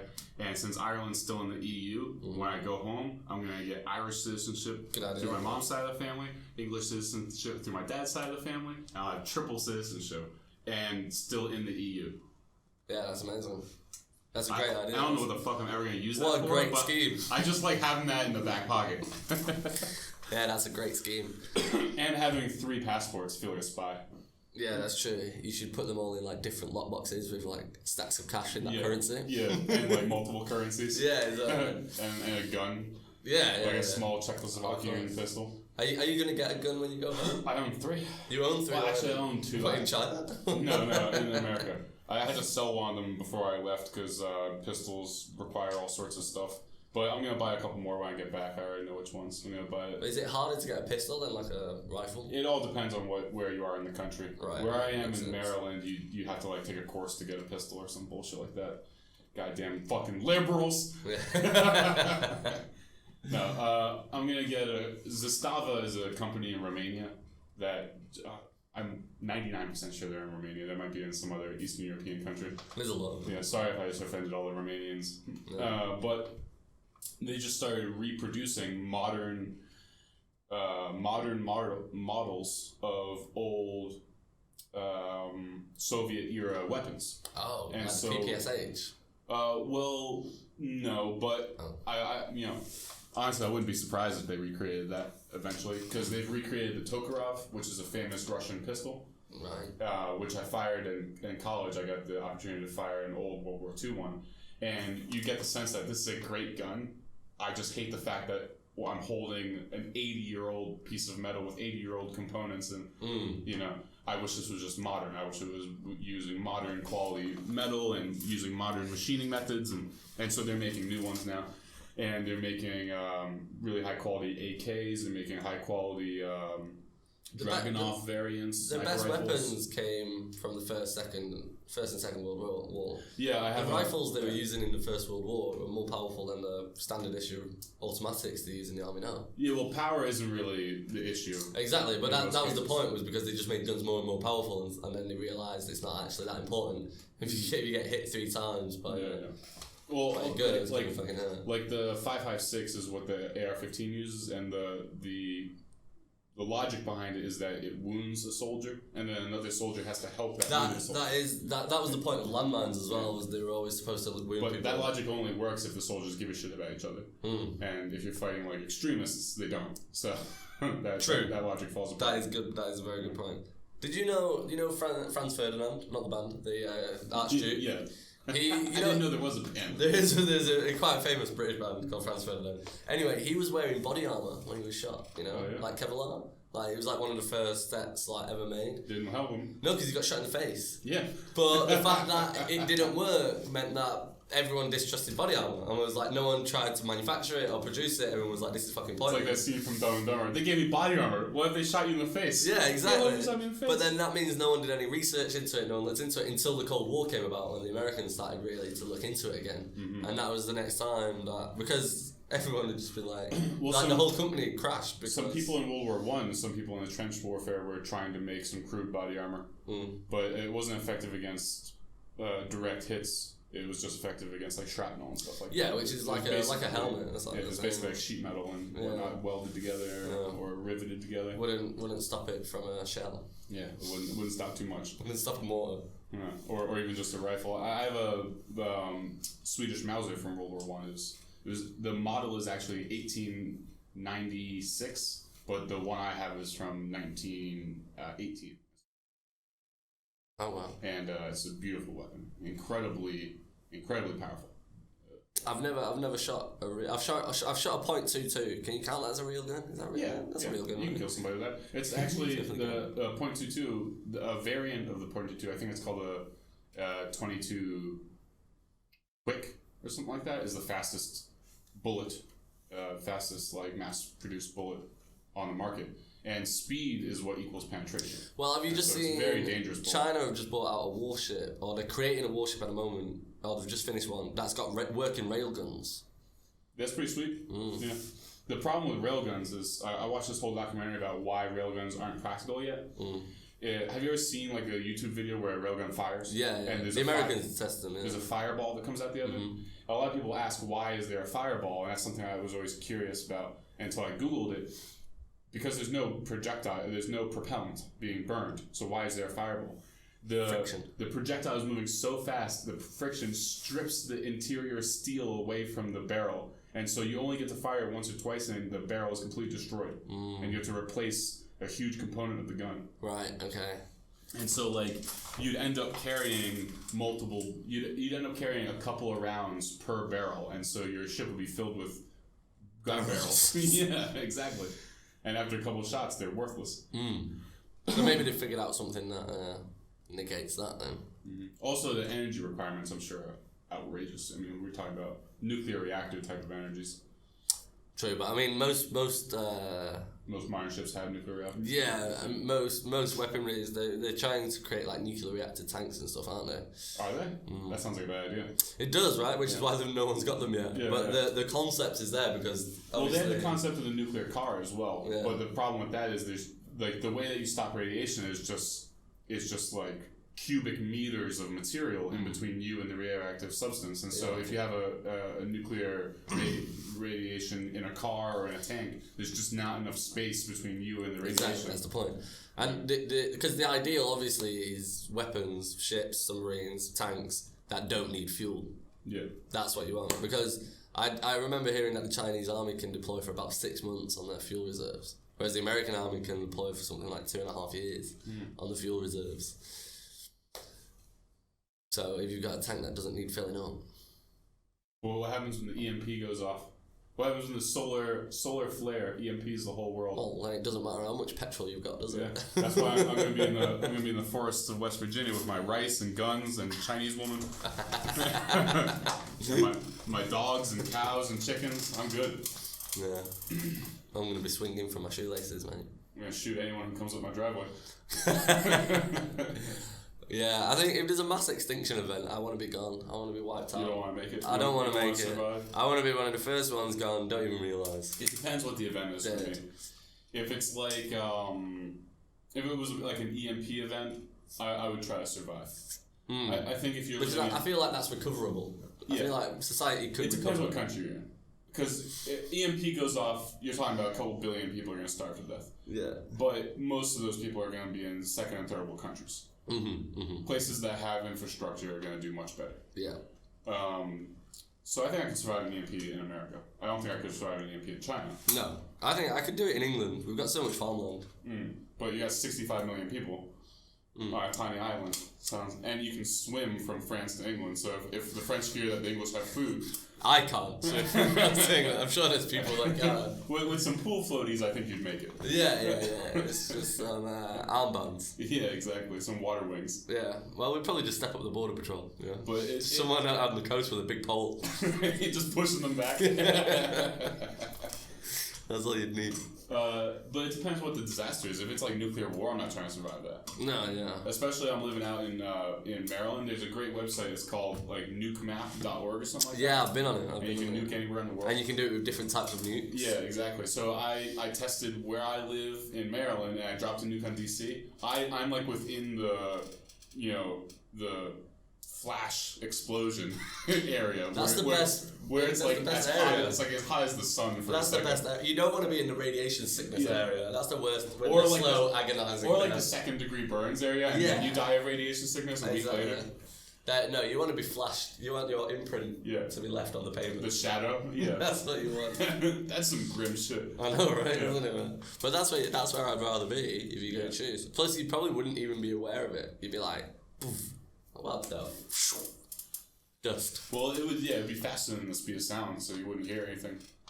There would be a flash and you'd be dead. Exactly. Because of the light, you'd see the light and then you'd die. Ideal. Yeah. That's how I want to die. Unless you just happen to be in the basement. And you like somehow survive, but your house is gone, your family's dead. And you glow in the dark now. Yeah. Also, natural disasters. Yeah. Can't be doing with flooding and famine and stuff. Flooding because is the worst. That's a slow one. That's a slow one. Hysteria and panic. There's nothing scarier than floods. My first year in China, in Wuhan, there was flooding on such a level. I think it was like 160 something people died in Wuhan. They had to evacuate tens of thousands of people from Changsha. Where I lived in Changsha, my apartment building was actually raised up from different parts of the campus, and the first floor still had like 4 feet of water. Yeah, see, that's scary, man. The electricity goes out, and then sanitation, cholera. Oh, that water is just pure sewage. Yeah, exactly. Yeah. That's why, I don't know if you noticed in the other room, I always keep about a dozen bottles of non-fu in the apartment at all times. That is smart. I need to start doing that because I hate going out and getting water anyway. Well, I get mine delivered. You should get it delivered from Oma. Is that the big ones? Yeah, I get the 2.5 liter ones. I get 10 delivered at a time. It costs 50 RMB, and they cost 4.5 at the store. So you need to set me up with that. Yeah, it's on Oma. It's the shit. And so I'll order 10. When it gets down to 5, I'll order another 10. Smart. Yeah. But then I feel like you're one step away, innit? It's like you start storing water, and then you have a bug out bag, and then you've built a fucking bunker in the Serengeti. Yeah, a nuclear silo turned into a house. Yeah, have you ever watched Preppers on Netflix? I have, yeah. Fucking brilliant. It is great. I love it how, do you know at the end they give them the score of how long they'll survive? Yeah. And they're like, you survive like 3 months. And I'm like, well, I just don't agree with that. Yeah. I think the concerns you raise, I mean, we'll definitely look into that. And it's like you spend 3 years of your actual life when society is okay to survive 3 months when society collapses. Yeah, so a piece of advice that my dad always gave me, I think is some of the best advice he's ever given me, is it doesn't make sense to bet on the end of the world. Yeah. You know, and that's to come back to the stock market. That's always the idea. That's always the logic you should have in the stock market. There's no reason to bet on the end of the world because there's nothing to gain from the end of the world. That's true. It's a lose-lose bet, isn't it? So in America, I'm gonna have some guns, a few bullets, a little bit of food, and beyond that, fuck it. That's how you're gonna start, man. I'll come visit you in 20 years, and you'll be jumping out of the trees in camo, leading me to an underground cave. Yeah, here's my 3rd underground cave filled with rice. Well, I won't take you to the 2nd one. I mean, there is no 4th cave. With your tinfoil hat on. A 4th cave in this economy? Hey man, bullets are cheap. Life is expensive, okay? Anything worth shooting is worth shooting twice. That's true. Bullets are super cheap. Why are bullets made out of lead? I was thinking this is heavy. Is that the only reason? Okay. It's dense, and a denser projectile, a heavier projectile makes a better projectile. A more massive, to be technical. Yeah. Are the piercing rounds still made out of lead? Or? No. So when it comes to a projectile, you want it to be as dense and heavy as possible. That's why depleted uranium and tungsten are used in cannon shells, because they're the heaviest materials we have, really. Right, okay. And when it comes to penetrating, you want speed, and you want the projectile to be rigid, and you want it to strike as small target as possible. So my Mauser, for example, I have all my rounds are a full metal jacket, which means copper skin over a lead core. Copper is much harder than lead, but it's still a pretty soft metal. And it's a normal diameter. It's a standard diameter, 6.5 millimeter. Okay. But then I have one bullet that a friend of mine gave me as a gift. He got it from a gun show. It's like a specialty thing. It's called a torqued round, and it's made for maximum penetration, where it has a smaller diameter, but it's the same bullet, so it's just like stretched. Mm-hmm. And instead of copper and lead, it's zinc and steel. Right, okay. Because zinc is harder than steel, and steel is harder than lead, and so it's going to strike a smaller point, and it's much more rigid, so it's not going to deform, so it's going to penetrate further. Okay. Oh yeah, every day is a school day. And it's an incredibly fast bullet. And that's actually why I want to get a Tokarev, because it's one of the fastest pistol cartridges, and the pistol cartridge is actually necked. That's where the bullet isn't one shape all the way up. It goes up, and then the diameter shrinks, and then it goes up, and then you have the bullet, like a rifle round, but that's in a pistol. And it fires a 7.62, which is the AK-47 bullet. So it's a pistol that fires an AK-47 bullet with like 2/3 of the powder behind it. And it fires at like 1,800 feet per second, which is very fast. Doesn't that give it quite a bit of a kick? No, because it's actually, the 7.62 is actually a relatively smaller bullet compared to a lot of more common pistol cartridges, like the 40 caliber or 45 caliber. Mm-hmm. Those have a pretty heavy kick behind them. Yeah. And again, it's a very smooth action gun. Like the Eastern Europeans, the Soviet bloc guns are really high quality. They're fantastic. They're the best. What is it on where what are they talking about where they say the Americans make the best body armor and the Russians make the best guns? I don't know. I've seen that somewhere. It was on film. Can't remember. Do you know Andrei Kalashnikov, the weapons manufacturer, who did the AK-47? Okay. Do you know what? Is his name Andre? Yeah. Oh, I thought it had a different first name. No, I thought, is it not Andrei? I don't know. Anyway. Something Russian. He do you know what he was trying to invent when he invented the trigger mechanism for an AK-47? No. It was an electric lawnmower. How Russian do you have to be inventing an electric lawnmower and accidentally develop the most practical and steady trigger mechanism in the world? Yeah, probably the most effective gun of all time. Yeah, trying to make a lawnmower. Hey man, he needed his lawn mowed. Alright. And he needs to arm his comrades. I wonder if he ever did go into carry on trying to make that lawnmower. He probably never made the lawnmower, but his lawn got mowed. For sure. Yeah, someone was mowing that guy's lawn. Yeah, somebody was cutting it with scissors. Yeah, probably some poor Polish guy. It's getting really dark there.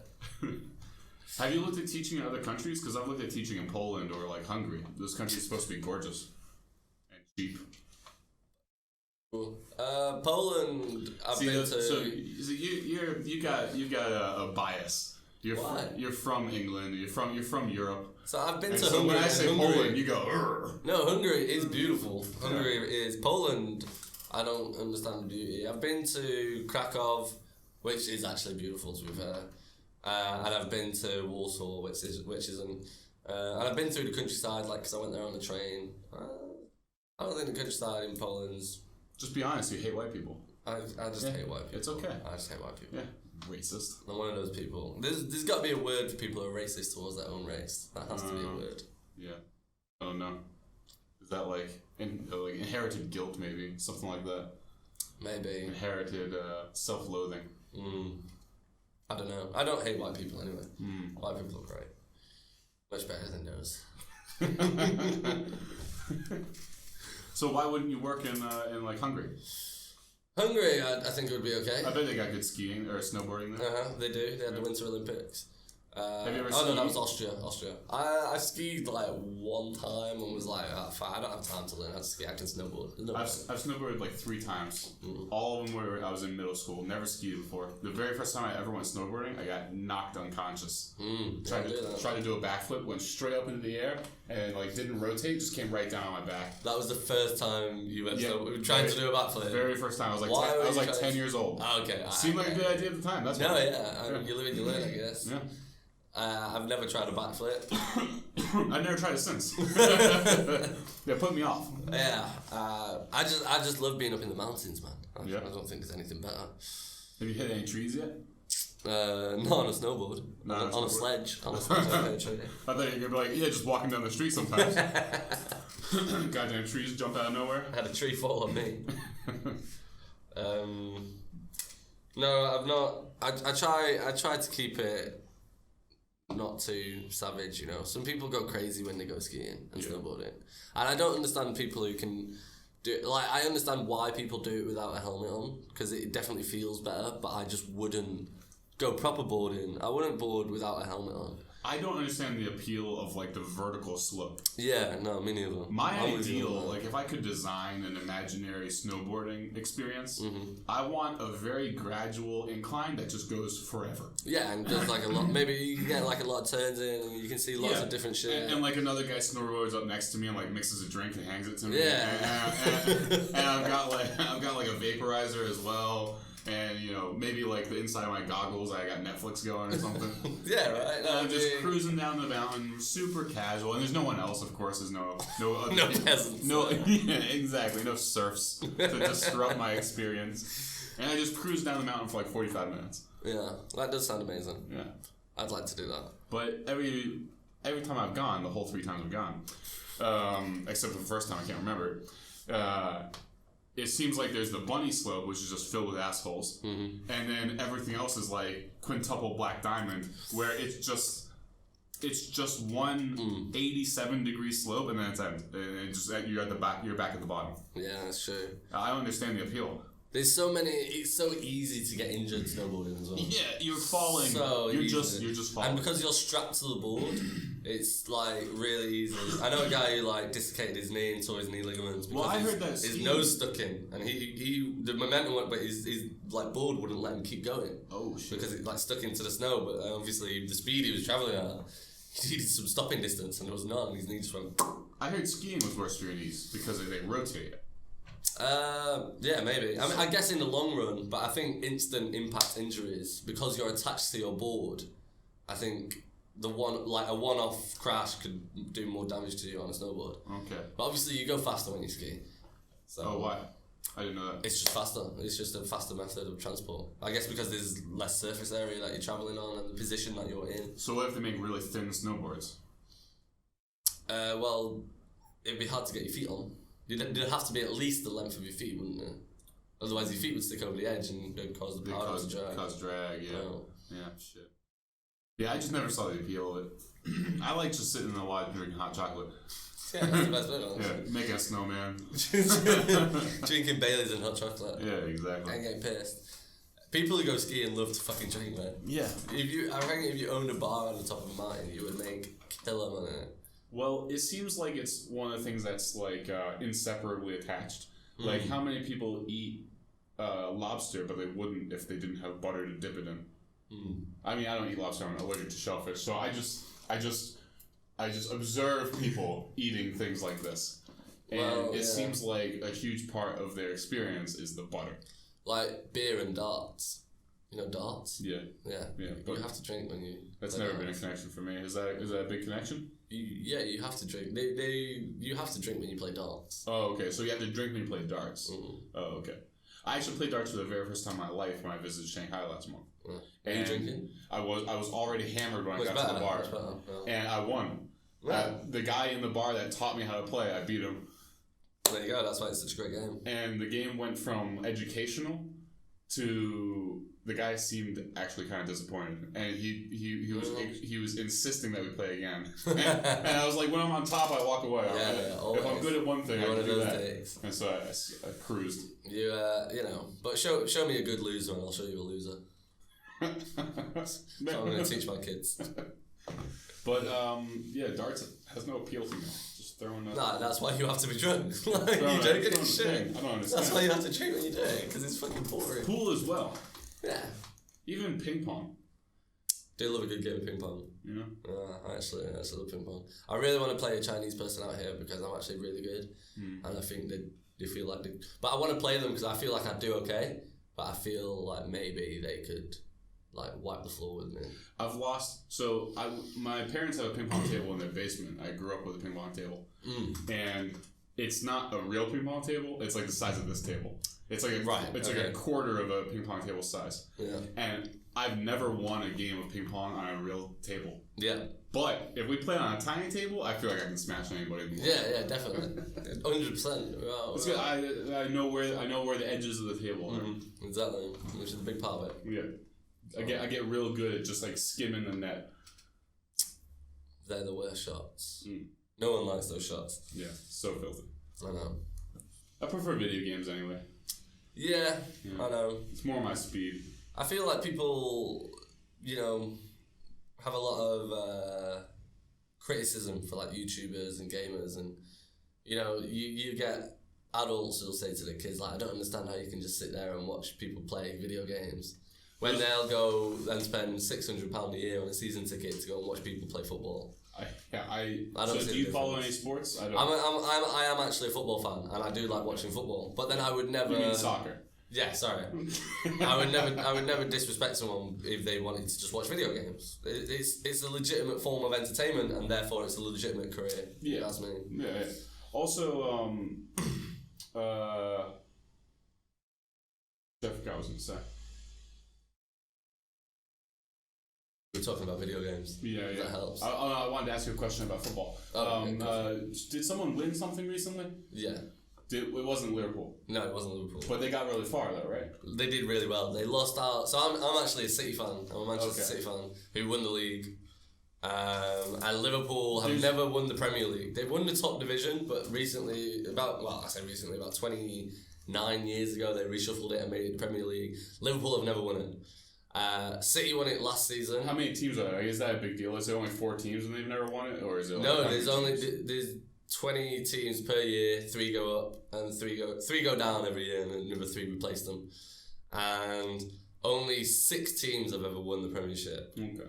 And that is United, City, Leicester, Chelsea, Arsenal, and Blackburn, I think. Manchester has 2 teams, right? Manchester has 2 teams. But so does Liverpool. Liverpool has 2 teams. They've got Liverpool and Everton, but they're both from Liverpool. Oh, okay. But, so Man City won it this year. They won it last year. So this was their first time ever winning it back-to-back.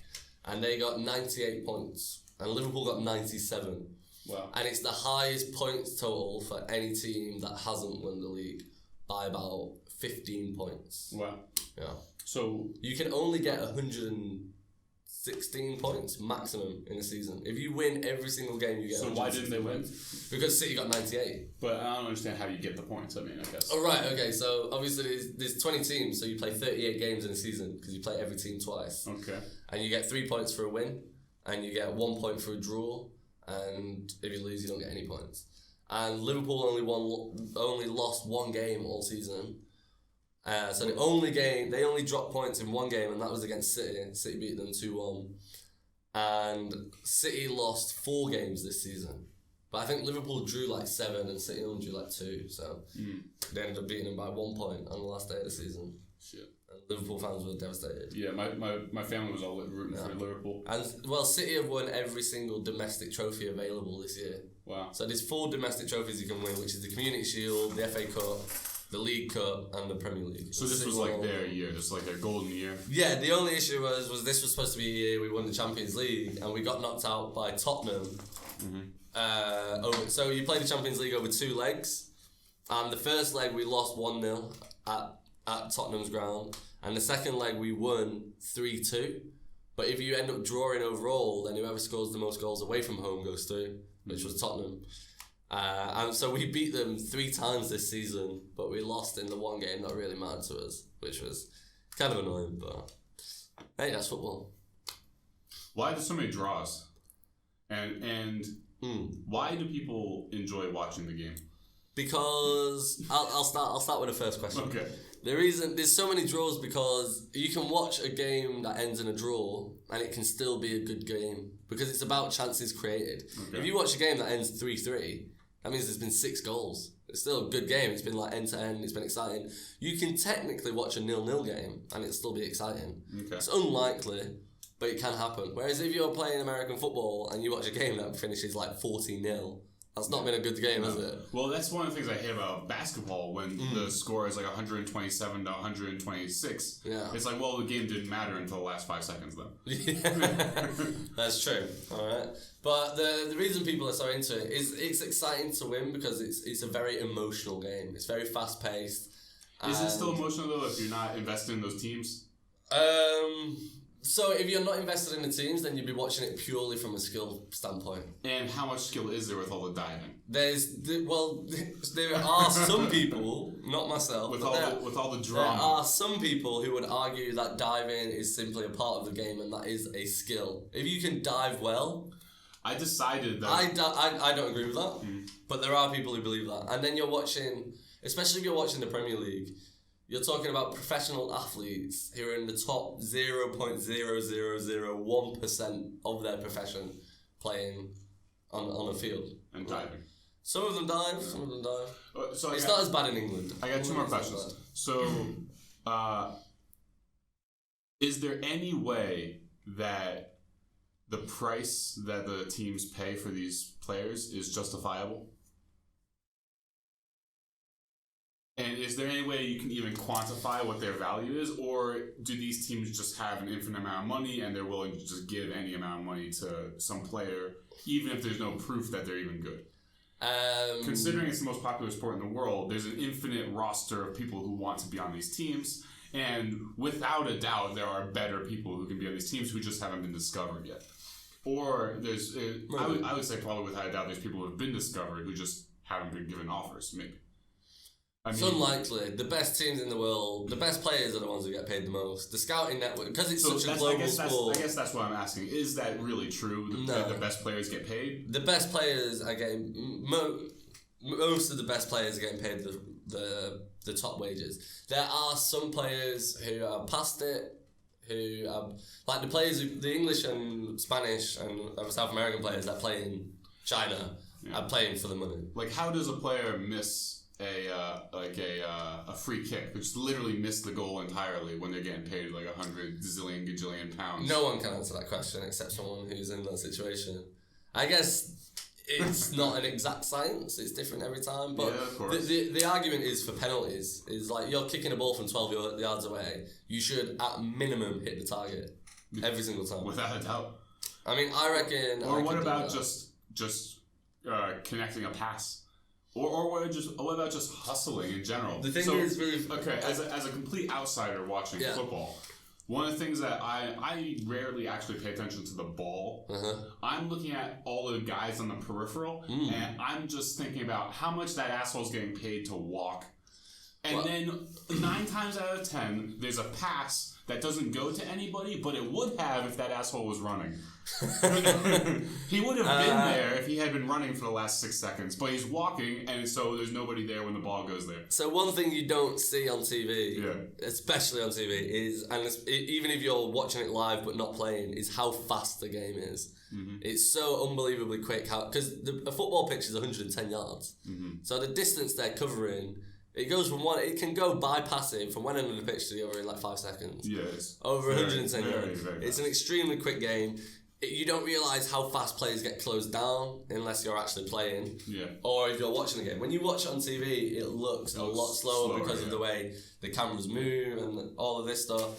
It looks a lot slower. So the penalty thing and the free kick thing, when you've been running for 90 minutes and your legs are tired and you've been putting in 100% and the pressure is on you and at the last minute, there's a little bit of wind, whatever. But then you do get the top players who 9 times out of 10 will score free kicks.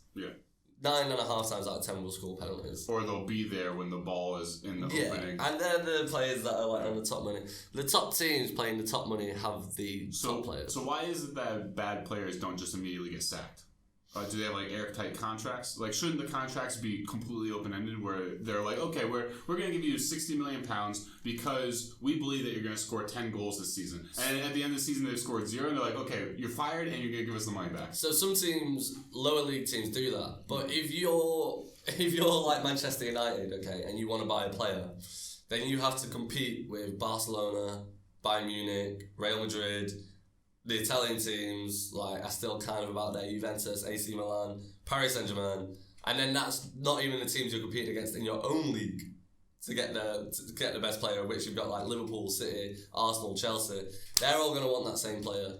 If you say to me, I'm like one of the top 10 players in the world, you say to me, I'll give you £60 million to come and join us this season for 3 years. But if you don't score 25 goals in that 2 years, then I'm not going to pay you. And then Chelsea come to me and say, I'll give you £67 million, and it doesn't matter if you don't play. And I'm like, alright, well, fuck it, I'm going to go to Chelsea. So the top players can command that. But in lower league teams, they do play. In some lower league teams, you only get paid if you play. So is there a more effective way for these clubs to use their money? Because it seems like they have a complete disregard for how the money gets spent then. But no, because it definitely matters. Because if you look at a team like City, they're obviously the obvious answer because they put about £1 billion into the club in the last 10 years. And where is that £1 money billion? Go? So it goes to improving. It goes to buying players, salaries. Salaries is a big one. Facilities, managers, coaches, psychologists, trainers, like training grounds. Because I feel like other sports have a higher ceiling for improvement. And like creativity and improvement. Like, how do you improve soccer players? You just have them play again and again and again, right? Yeah, you just train. You train every single day. But for example, training for football, American football, has a lot to do with training off the field.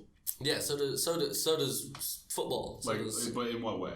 So, like, in running drills, so people don't realise if you don't watch or you're not into football, how technical football is. Yeah. And having a good I played manager... when I was a little kid, I was terrible. I had no interest in it, so I didn't learn anything Having a good manager or a good coach makes such a massive difference to how well your team will play, and then you've got tactics, you've got about how do you want to play, and then you've got making players play a certain way, like to your game plan.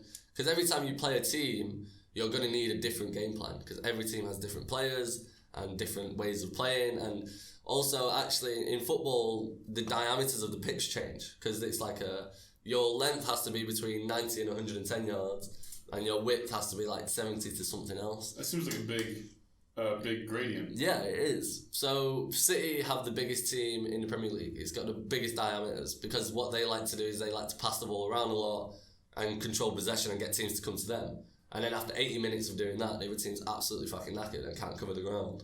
And then they score. And that's when they start picking teams apart, yeah. I decided that I'm a fan of the Japanese team in the last World Cup just because they weren't diving. And then they were beating Belgium, and then Belgium scored like 3 goals in a row or something. Yeah, it was a shame. It was a shame for Japan. Yeah. And the World Cup's great, man. I love the World Cup. In like a 20-minute period, I was like, I'm supporting the Japanese, and then I'm like, fuck this game. Yeah, that's what I said, man. It's such an emotional game. And people get so into the emotions of it. It's almost like a religion back home. But I can't. The game doesn't allow my emotional investment to build up any momentum. Because just as I start to care, there'll be a dive, or there'll be some crazy bullshit that happens, or a dive instantly breaks my interest. Like, I instantly don't care anymore. I'm like, okay, well, fuck this. But again, they're getting better at spotting diving, and they try and clamp down on it. What are they doing? What are they doing to fight back against it? Anything? So they can retroactively ban players now for diving. Ban, what does it mean? From a single game, permanently? It's up to the FA, but I think it's up to like 2 or 3 games. So they can't do it for too long, but if you're a repeat offender... But they have a rule in football where you can retroactively punish players for pretty much anything as long as the referee didn't see it. If the referee has dealt with it on the pitch, then that's final. That's it. He's ruled on it. That is the decision. So since we've been recording every football game for the last 50 years, shouldn't we just have hard and fast evidence and go through and just do sweeping penalties? What, for people who have dived in the past? No, it has to be... hundreds and hundreds of players who are currently playing? It has to be that season. You can't ban some players for something they did 5 years ago. Oh, okay. Yeah, because they can be like, oh, well, I've changed now. I don't play like that anymore. But then people, like, players have reputations. There are certain players who are known for diving, and referees will be looking at Neymar, right? Neymar's really bad for it. Yeah. I just know him from all the memes of him rolling forever. Owen used to be really bad for it. Stephen Owen played for England. He used to be really bad for it. There's a lot of Spanish and the Portuguese are the worst team in the world, in my opinion, when it comes to cheating. Honestly, they will cheat. Anything they have ever won, they have won through cheating, and they should have it all stripped away from them. They're honestly the worst. So how much is it going to upset you when the Americans win the World Cup, like 100 years in a row? It's never going to happen. Once they start winning, we're never going to stop winning. Don't you understand? That's what America does. I don't think you'll ever win the World Cup. America is going to have an entire team of LeBron Jameses out there, and they're going to just dominate. I will say, America, in my lifetime... It's going to be... We're going to have some 9'8". I'm not going to win a World Cup. We're going to have some 9'8" mountain type fella. By the time you've done that, the Chinese will have cloned... 9'11". Yeah. They're going to have, like... people who are mixed with giraffes. Exactly. So I don't think the American investment in football is enough for you to win the World Cup. Yeah, I agree. It's just not. Like the team, you do all right now, but your domestic level isn't good enough. Yeah. To win the World Cup. Yeah. As in, like, the thing is, like, Brazil's league... There's not enough interest. Brazil's league isn't good enough, but the passion for Brazilian football is there, and everybody in Brazil wants to be a footballer. Yeah. So none of the Brazilian players in that squad play in Brazil. None of them even play in the Americas, but they are still, for a long time, Brazil were the best team in the world for about 10, 15 years. Yeah, there's not enough interest in America, and there's no payout. Like it doesn't pay to be a soccer player in America. Like kids want to be basketball players. Yeah, or football NFL players. They get paid so much money. It's crazy. Or baseball players. I mean, exactly. They by far make the most money relative to what they're doing. They do fuck golfers, all. mate. Yeah. Well, golf is a difficult sport. Baseball's not. No, that's true. Yeah. Have you ever seen Eastbound and Down? No. Okay. Yeah. You should watch that. Is that Danny McBride? Yeah. Powers or what's it? Danny McBride. He plays Kenny Powers. Kenny Powers. Yeah. Yeah. I fucking love that show. Great fucking character. Yeah, he really is. Yeah. Brilliant idea. You know Will Ferrell wrote that? He did? Yeah. I didn't know that. Yeah, I know, right? That's good shit. Step Brothers is one of the best movies ever. Yeah, man. My favourite Will Ferrell film is Talladega Nights. Yeah. Talladega Nights is fucking brilliant. What am I supposed to do with my hands? That scene, man, every time. Kills me. I love doing that. Yeah. I think that was his best film. Did you watch the Holmes and Watson one? The one that absolutely flopped? No, I haven't heard it. It came out Christmas. Holmes of Watson? Holmes and Watson. But it was John C. Reilly and Will Ferrell, and they were playing Sherlock Holmes and Dr. Watson, and it tanked. Absolutely tanked. Never even heard of this shit. Is there a H&M around here? I want to go buy a new shirt for my birthday. There might be. I don't know. You want to go buy a new shirt? Treat yourself to a new shirt? I'm going to treat myself. I also need... These are my only shorts, man. I can't wear these every day for the next 3 months. These are my only ones that fit anymore. Yeah, exactly. I've gained like 60 pounds. From last year, right? Same. Yeah, literally in a year. Yeah, so these shorts, I've been wearing them every day. And I can see how short they are. They are really short. Yeah, I like short shorts. I only wear... if it comes to the knee, they're not shorts. They're long shorts. I like here, give me a good 4 inches up from the knee. These are a little bit more. Good 8 inches. But I get exponentially paler as the short comes up. Yeah, of course. Eventually, I'm reflecting light. The other day, I was wearing boxers that were coming out from the end of my shorts. They're not the boxers. They're the boxers I wear when I'm really hungover because they're super loose and comfortable. Yeah. But they were bigger than these shorts. See, that's the thing. You can't have really loose and comfortable boxers when you're fat because everything you just got all this flesh mushed together and it just gets so nasty. It's like a hairy swamp. Yeah, that sounds delightful. It's not great. No, I know my balls were so sweaty. I need to buy some talcum powder actually now. My balls were so sweaty. That's one of the things I never got into. Maybe I should start powdering my balls. Out here, I think it's necessary. It makes a big difference? It makes a massive difference. Man. Especially like this part of it. Yeah, the chafing. The chafe area. You know the chafe area. Yeah. Well, my favorite is to wear compression shorts, like the things that athletes wear. Obviously, I'm not an athlete. I just use it to separate all of my flesh down below. But they're the best. There's just literally zero friction. I can walk all day and night. Yeah, they sound amazing. Give me some compression shorts and a good pair of boots, and I can conquer the world. Yeah. Yeah, I feel like a king. I'll bear that in mind. Yeah. So how's your comedy going? Comedy's going actually really good. It's just good to have a hobby, isn't it? That's the way I see it. And a hobby that forces you to leave the home. Well, that's the main thing. Is that it gets me out and it gets me to see different people who are actually quite nice and funny. Interact with different stuff. Yeah, and the thing is, I feel like I'm doing okay on the comedy front. I feel like my sets, when I do an actual 10-minute set or 7-minute set, I've got solid material that gets standard laughs, regular laughs, is really good. And you feel like you're doing really good. And then last Friday, Garen Chu came up. I was opening for Garen Chu. Yeah. And he was fucking hilarious. Big murder. He absolutely crushed it, man. And you just feel like... a piece of shit. Yeah. He makes you feel worthless. And my set got some good laughs, man. I'd say... I did quite well. Yeah, relative to your baseline. Yeah, and I got some audience working there. I got chatting to a few people, and I felt after I'd come off, I did a really solid set. Yeah. And then he came on after the interval and just crushed it, and I loved his set, and he was a really nice guy. I had a few drinks with him, and he's really cool. If he comes up, you should definitely, I don't know if you get another chance to see him, but yeah, he just makes you feel like shit. Yeah, I opened for Muhammad, the comedian. Muhammad Magda. I can't remember his last name. Magdi, yeah. It sounds like he's like a Norse god. Yeah, Magdi. He's funny as fuck as well. I've seen him before. And I cannot get the timing right to save my life, and I cannot remember all my jokes. If my life depended on it, I had 10 minutes up there. I did 7 minutes and 49 seconds, and I forgot an entire joke, like a substantial joke. Yeah, I forgot a whole joke. I had them wrote, so I bullet point them on my own. Just like single words of like which will lead me into the next. But then you just have a bunch of scribbling on your arm, right? Well, yeah, but you can't really see. Other people can't really see it when you're on stage, and also. I don't know, man. But the thing is, I'm so pale. I would use like a black marker, and it would be the most obvious thing in the world.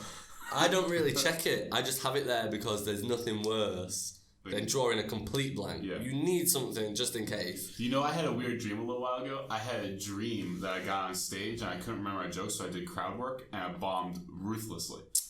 But for some reason in the dream, I refused to get off stage. There was like, you know how you have like an understanding of the situation in a dream, even though it's not stated? Yeah. In this situation, I was supposed to stay on stage regardless of time. I was supposed to just stay on and not get off. Right. That was just don't get off. Okay. No matter what. Even if you're up there for an hour, just stay on. And so I was doing like the most hopeless crowd work ever. And everyone, it wasn't just not funny, everyone was angry. Oh, like, right. Get off the stage. Wow. I'm like, I'm supposed to be here. No, I have an appointment. Yeah. I feel like I sometimes wonder like why I do comedy. Because if I've got a show coming up, I just get so like anxious about it. Yeah, me too. I'm opening for Storm Shoe on the 7th. I'm anxious about it. Yeah, I'm like, I don't know why I put myself through it. And then even on the night, even after I've done my set, it's more relief than fucking pleasure. 100%, yeah. When I got off the stage for Muhammad, I was just pure relief. I went straight home. I was like, all right.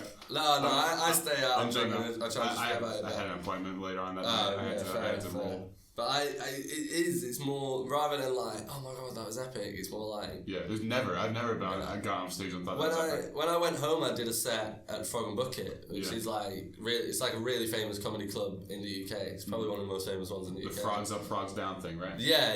And there was over 200 people there. Yeah. And even after that, I did the full 5 minutes, beat the frogs, got really good reception.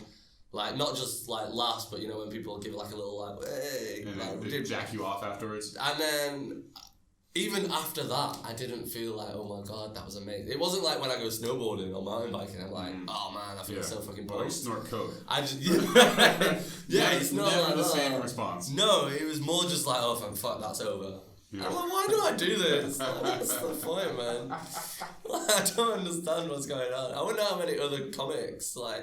Because I know, you know Bo Burnham? Yeah. He has like panic attacks. He doesn't enjoy it at all. And he is seriously fucking funny. Yeah, and he says he seems very calm on stage as well. Yeah, but he says he's like really like leading up to shows like severe anxiety, panic attacks and stuff. And I think we just do it, like I just do it because I can. Yeah. And you know, it's good to have a hobby. Yeah. That's it, man. It's like, why do people go to the gym and get absolutely fucking knackered and go home and collapse? Yeah. I think I do it just because I think I'm funny and I'm egotistical enough to assume other people will think the same joke is funny. I need the what's it called?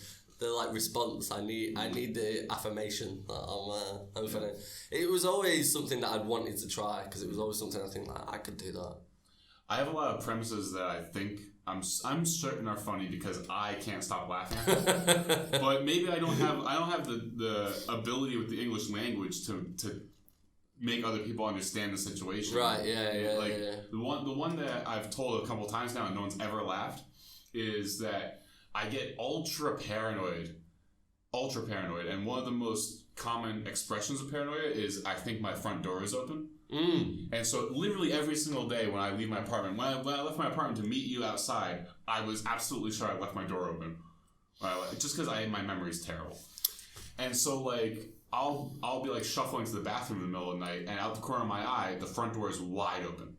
But I have to like piss like a racehorse. So as I'm pissing, I'm like, the door is definitely open, right? It's definitely open. Shit, has been open all night. Fuck. Have I been robbed? Is there somebody in the apartment?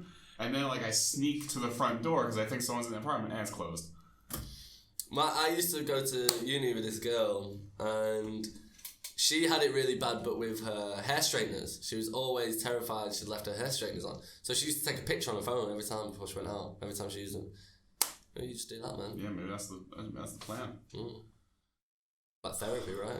You know, I thought my memory would get better when I stopped smoking weed. It's permanent. Yeah. When I first came to China, I thought to myself, well, now that I'm not high all the time, I'll be able to remember things. Nope. It's definitely permanent. Yeah, it is, man. Yeah. I think, one of the reasons that leads to drug abuse is the way that we teach drugs. Because I think everybody understands that abstinence-only education is it doesn't work. Yeah. There's data supporting the fact that states that teach abstinence-only have higher rates of teen pregnancy and stuff like that. Mm-hmm. And a lot of the time in high schools, in my school, I don't know if it's changed now, but the way we teach drugs is abstinence-only, just say no. And I feel like people go out and they take ecstasy and they're like, oh my God, this is fucking amazing. Yeah. And then they wake up and they're like, I'm not dead, I'm fine. And then they don't, and then suddenly everything you learn about drugs is a lie. Yes. Every single thing. And you go and you smoke weed and you have a joint and you share a joint in the park with your mates and you have a fucking great time and you laugh at trees and like a homeless dog and stuff. Yeah. And and you all kick the dog to death. Well, no. Yeah. But, sex with its dead body. No, definitely not. Yeah. Reefer madness. But you, exactly, but that's the thing. Like, all you did was laugh at the dog. You didn't fuck the dog. You didn't fuck each other. You didn't like rob a homeless person for crack. Like the very next day, which is kind of what they teach you in high school. Is like that's what's going to happen, and then you realise that's bullshit, and then you have no, you have no learning experience. You have no experience of drugs, and then suddenly 3 years later down the line at university smoking weed every single day, and you're like, and then it's not until you stop where you're like, oh shit, that was not good for me, man. That was not functional. Egregious amounts. Yeah. Hotboxing with a steamroller and hotboxing like a quarter of medical weed. Yeah, exactly. And then it's like I always I smoked loads, man. And then I went to America to do Camp America and kind of quit. For like over the 3 months, I smoked weed like maybe once or twice. In where are you in America? In New York. Oh, okay. So I smoked weed like once or twice in that time, and then since I came back from that, I've not been able to smoke weed the same way that I used to. Yeah. Even now, like, because what happens is you think you can smoke the same amount of weed that you used to be able to smoke, and and you're like, I can smoke a whole joint, and then you get halfway through and suddenly the walls are like closing in, and you're like, oh my God, I've never been this fucking high. Your heart's gonna explode. Yeah, and then suddenly, like, I've not smoked weed in ages now, man. It's been really long, and even before that, when I was still smoking it once every 3 months, maybe with some friends, it would have to be very specific circumstances. I would have to have like snacks and water prepared. I'd need to know that I was going to watch something funny and we were going to be doing something. Have a dog to pet. Yeah. Therapy dog. Yeah, exactly. Or that we were doing something like we were going on like a proper walk in the Lake District. And we could get like a little Being bit in the forest, walking can help deal with almost any amount of psychological terror. Yeah. So I think what would be really useful to teach at high school is like, look, when you take ecstasy, this is how you feel. Yeah. So when you're high on ecstasy, you're not suddenly thinking like, oh my God, man, I'm so fucking clammy right now, but I can't stop sweating. Or what would be good to teach is toxic mixes. Like, don't mix opiates with alcohol, because they're both very hard on your liver, and your liver shuts down, you die. And don't like mix like street drugs with like paracetamol and things, because a lot of people cut street drugs with paracetamol, and then you end up taking too much paracetamol and your liver can shut down and you'll die. Yeah. Liver's important. Yeah, right? So, because it does happen to people is like they'll go and take ecstasy and then they'll go to bed and they'll pop 2 or 3 aspirin because they want to wake up like not as dead as they should do, and then whilst they're asleep their liver shuts down. Or they're really dehydrated before they take ecstasy. They take ecstasy, drink a bunch of alcohol, they dance for 12 hours, they still don't drink any water, and they have like brain damage. Yeah, and then you die. I was always super worried about, like, is it like toxic osmosis? Where you drink too much water on ecstasy? Oh, yeah. And your cells start... Every time I've took ecstasy, which is quite a lot. You always worry about that? I'm always worried about that. You have to drink so much water for that to happen. I know, right? You have to like drink a swimming pool. You have to bring like a backpack and filled with jugs of water. Until I read you should only start to worry about that when you really need to pee but can't. Because that means that the water that should be like in your bladder is like not going where it should do. And apparently that's when it can be a problem. So normally if I'm like start freaking out a little bit, I'll go for a wee and be like, okay, a little bit of weed, we're all good. Sometimes you don't want to leave the mosh pit, so you just pee in your pants a bit. More ecstasy. Oh man, I can't mosh when I'm on it, when I'm like high on MD. Or what about just dance pit? Just the writhing pit. Yeah, but I can't really have people touching me on MD. I get really like sensitive skin. I love it when people stroke my beard. Sometimes I'll just be like, will you just not to get too sidetracked, but do you know dolphins love beards? Dolphins love I swam with dolphins in the Virgin Islands, and I had a giant Santa Claus beard at the time. And when we were getting into like the closed off pen with the dolphins, you got raped by dolphins. 100%. Yeah, it was fantastic. Strongest orgasm I've ever had. Yeah, but that's aside. But they all like swarmed you. No, but the trainer pointed at me because I was the only man in the group that had a big beard, and she's like, "By the way, they love beards, so they're gonna rub your face." And they would swim up and like stop right in front of me, and they would rub their snout all over my beard. It's not too big a leap, really, because actually awesome. we're talking about drugs and dolphins, because dolphins get high. They get high on what? Pufferfish. Oh, really? Yeah, right? There's a pufferfish that when it's in danger will puff up and release like a toxic cloud. Mm-hmm. And dolphins, when they ingest it, get like really high. I heard about some guy recently on the JRE. He was mentioning some guy who used to dose dolphins and then dose himself and get into an isolation tank right next to the dolphins tank and try to communicate with them like telepathically. Imagine if that's your life's pursuit, right? If you're like a legitimate scholar of some kind and you spend like 20 years trying to achieve telepathic communication with dolphins. Imagine going around getting funding for that, man. Yeah, what a guy. Back in the 60s, man, you could get money for anything. Yeah, that's true. Especially if it involves psychotropic drugs. Right? Yeah. I drink a lot of water on acid, but that's just because it tastes so delicious. It's such a... I've never taken so acid. Good. I've only done mushrooms. Mushrooms are so much more readily available in the UK. Yeah, everything's so wet. When I was at university, I used to go with my cousins. They weren't my real cousins. We were just really good family friends since we were kids. Yeah. So I called her Mum my aunt. Yeah. But we used to go picking mushrooms because they just fucking grow everywhere. It's everywhere. Yeah. You need to know what you're doing. Go with experts. Oh yeah. But most mushrooms. That's one thing YouTube probably won't be able to teach you is how to effectively go mushroom picking with confidence. You need to go with someone who is an expert. Yeah. But they just, like, where I went to uni, in Wales, they were just fucking everywhere. I cultivated my own opium once from poppies. Right. There's a big field of natural poppies that were growing in the city I went to college in. And me and my friends went there one night with razor blades and cut all the poppies. We researched how to do it. Okay. And so the like sap leaks out as a defense mechanism, I suppose. Okay. Yeah. And it leaks out and it dries in the sun the next day, and then when you come back the next night, there's like these little strings of brown, like sappy substance coming off. And then we collected all of that into a little bag and smoked that shit. How was that? It was alright. It was very underwhelming. Yeah.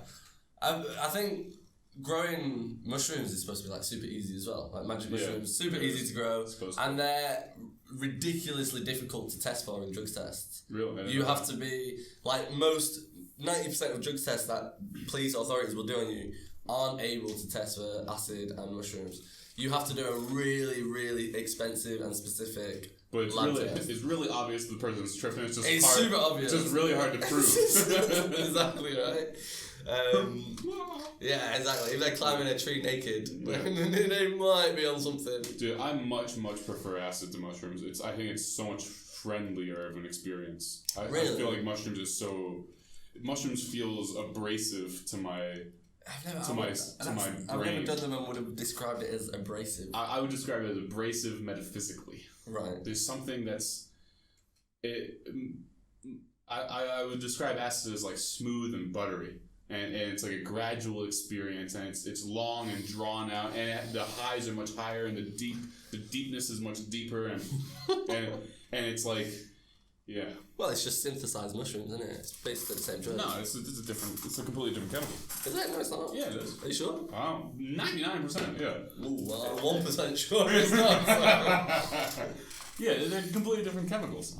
I thought acid was just a synthesized version of mushrooms. A chemically synthesized version. Mushrooms is psilocybin. Right. And acid is lysergic derper acid. Okay, yeah. Yeah, some fucking chemical name. I don't know. I think mushrooms are a super mellow high, man. Where I forget. What kind? Well, I don't know. I had an out of body experience the first time I took mushrooms, so I don't know. I've never really had a mellow. I don't know. What kind of doses are you taking, and like what kind of mushrooms? Fuck it. I don't know. So the only 2 types I've ever took are the Mexicana ones. Don't know what that means. Yeah, and were they like small, big? Were you taking stems, caps? They were like small little ones. They were in, that was in Amsterdam, so they were like truffle ones. So they're like small. It's like have you took truffles? No. They're small, like it's just like ground up. I can't really describe like tiny little ones. But the ones we were taking in the UK, I don't know. I can't remember what they're called. I don't know whichever ones that grow native there. I can't remember. Okay. It'll come to me. Were you taking like a couple grams, like a quarter, 5 grams, some crazy shit like that? That's a good question. I have no idea. My cousins used to dose it up, and then we judged it all. Most of the time, we'd drink tea. Okay. Yeah. We used to put it on pizza in college. Yeah, I've heard of that. I don't think we ever actually did that. Couldn't be bothered. Just make tea. We used to. They live like on a big farm. Like, we didn't cook it into pizza. We just ordered some Domino's and tossed the mushrooms on top of the pizza and eat it. Perfect. Yeah. But they lived on like a big plot of land, man. Like had a big heavily wooded area, and so we'd drink mushroom tea and then we'd go out like paintballing. That's aggressive. That's aggressive. And we'd go out with like they had what we called bird scarers, which is basically a shotgun shell with no ammo in it. It's just an empty. Still easily kill somebody with that. Oh yeah, definitely. We just used to like go out, drink the tea, or take mushrooms, and then go out and like blow shit up with that. Wow. Smoke some weed. But the paintballing was the best because we'd always start off paintballing, and then within 45 minutes, no one was paintballing. Yeah, you're too fucked up to paintball Yeah. anymore. Or we'd just be like sat. I remember one time it must have been about 2 hours, man, where we'd just be sat against the tree, and then one person would just go and shoot the tree. Just like what? And then like 5 minutes later someone else would go profound. Yeah, man. And we were like, let's try and hit the exact same spot. I like to describe them like roller coasters. I feel like mushrooms is that roller coaster that like counts down 3, 2, 1 and then it shoots you out and you do like a bunch of flips and shit and then it's over. Whereas LSD is like it cranks you up the hill real slowly and then you come down a giant drop. Scarier. They're the scarier ones, man. The ones with the crank up. That's the worst part of the fucking roller coaster. No, that's the best part. No, that's the worst part. You see everything falling away. It's terrifying. The other roller coasters, the water tower, and the antennas, and you're above everything you can see out for miles. Yeah. We used to have a saying when we take mushrooms, which we'd always, like if someone was being a bit weird, we'd always just be like, take off from the ground. And that was always the mantra of like, if you think you can fly, take off from the ground. And if someone was being like too weird, we'd just be like, don't forget to take off from the ground. Like before you try and run through that tree, maybe just like push against it first. Yeah. We used to have a saying, spiders. We would just declare spiders. Anytime we were tripping, because sometimes we tripped in quite large groups, if somebody started to exhibit the signs of someone who's like going into a dark place mentally and they're starting to have a bad trip, we would say spiders, because me and my friends, when I first started doing hallucinogens, it was in high school, and what we'd always do is we would walk on these dirt bike trails through the forest, and we'd take a bunch of acid and we'd walk through the dirt bike trails, and when you're walking through the forest, we would take turns basically playing follow the leader. And when you're walking through the forest, the leader is the one who's taking all the risks, because you don't know if you're going to go step into a hole or fall into a creek or walk into a giant spider web when you're tripping on acid. Which would be awful. Yes, exactly. Yeah. And so it's pretty stressful being in the lead. Yeah. And so we take turns. But after walking through hundreds of spider webs, and the reaction always being, spiders, spiders, we would just say, for years and years now, we just say spiders anytime someone feels like intense metaphysical fear. Nice. I like that. Yeah, man. Spiders. You've got the soundproofing in here set up so randomly. Well, you see, this was the biggest problem, this giant concrete wall. And it's not soundproofing, it's echo reduction. Yeah, so you're just trying to break up the sound wave. Yeah. And I have all this shit hanging on this wall already, so I wanted to put it on that wall as much as I can. And I only ordered 8 square meters, and I'm not going to live here forever, so I'm not going to kit the whole room out. Fair enough, yeah. Yeah. The fucking foam was way more expensive than the microphone, so... I accidentally bought a 20 meter Ethernet cable. That's a lot of Ethernet. There's so much. I was just like, I don't want to order two, man. So. Have you thought about like running it through your apartment to some strange location just because you can? I actually could do. I've got so much. I mean, at the moment, it runs from one end of my apartment across the wall up to the top of the wall, nice. All the way along the wall, to be down the wall, as wasteful as possible, and then up, down, up, down to I could like literally make art out of it. I could like write my name and stuff. But hey, might as well, man. Yeah, I've got like a big coil of it just behind my computer, man. All right. I actually never did an intro. Welcome everybody to Bullshit in Video Games. We're here with Joel. I don't know your last name. You don't have to use it if you don't want to. It's Joel Harrison-Hirst. Search me on YouTube. Absolutely, he's on YouTube. He's a very funny comedian, up and coming. 182 centimeters, 80 kilos. Do I need to add more? We'll get you a DNA sample later. Okay, I just feel like people can't see me. I'm very handsome, which they'll believe until they go on That's YouTube hyperbole. Channel. He's not very handsome. If you don't believe me, search Joel Harrison-Hirst on YouTube. The British Isle is not known for good-looking people. But yeah. Alright, well, thank you for having me. And let's do an outro. Thank you everyone for listening to this episode of Bullshit in Video Games with Joel Harrison-Hirst. Yep, that's me. Hirst. Cool, people spell it H. Do you have an Instagram or anything you want to plug? I do, but I don't want people on there, so don't search me on Instagram. It's the same name. Instagram. It's the same name, but don't search me. All right, because that's his that's his alternate ego, where you're like a Bible thumper or something. No, that's a just devout Mormon. I do a lot of. I don't know. You gotta have some privacy. What is that? Is that your furry account? Yeah, don't search me on Reddit. You don't need to know what I'm subscribed to. Don't search his name on YouPorn. Yeah, literally just YouTube. Okay. Yeah. Thank you for having me. It's absolutely, man. Thank you for coming. Yeah, no worries. It really has been a pleasure. I'll see you again. Take care, man. Thanks. I got an itchy eye. Did I just ruin the whole outro? Should I have not spoken then? No, it's alright. That's gonna be pink eye for sure. There's shit on everything. How am I gonna find man I'm supposed to be?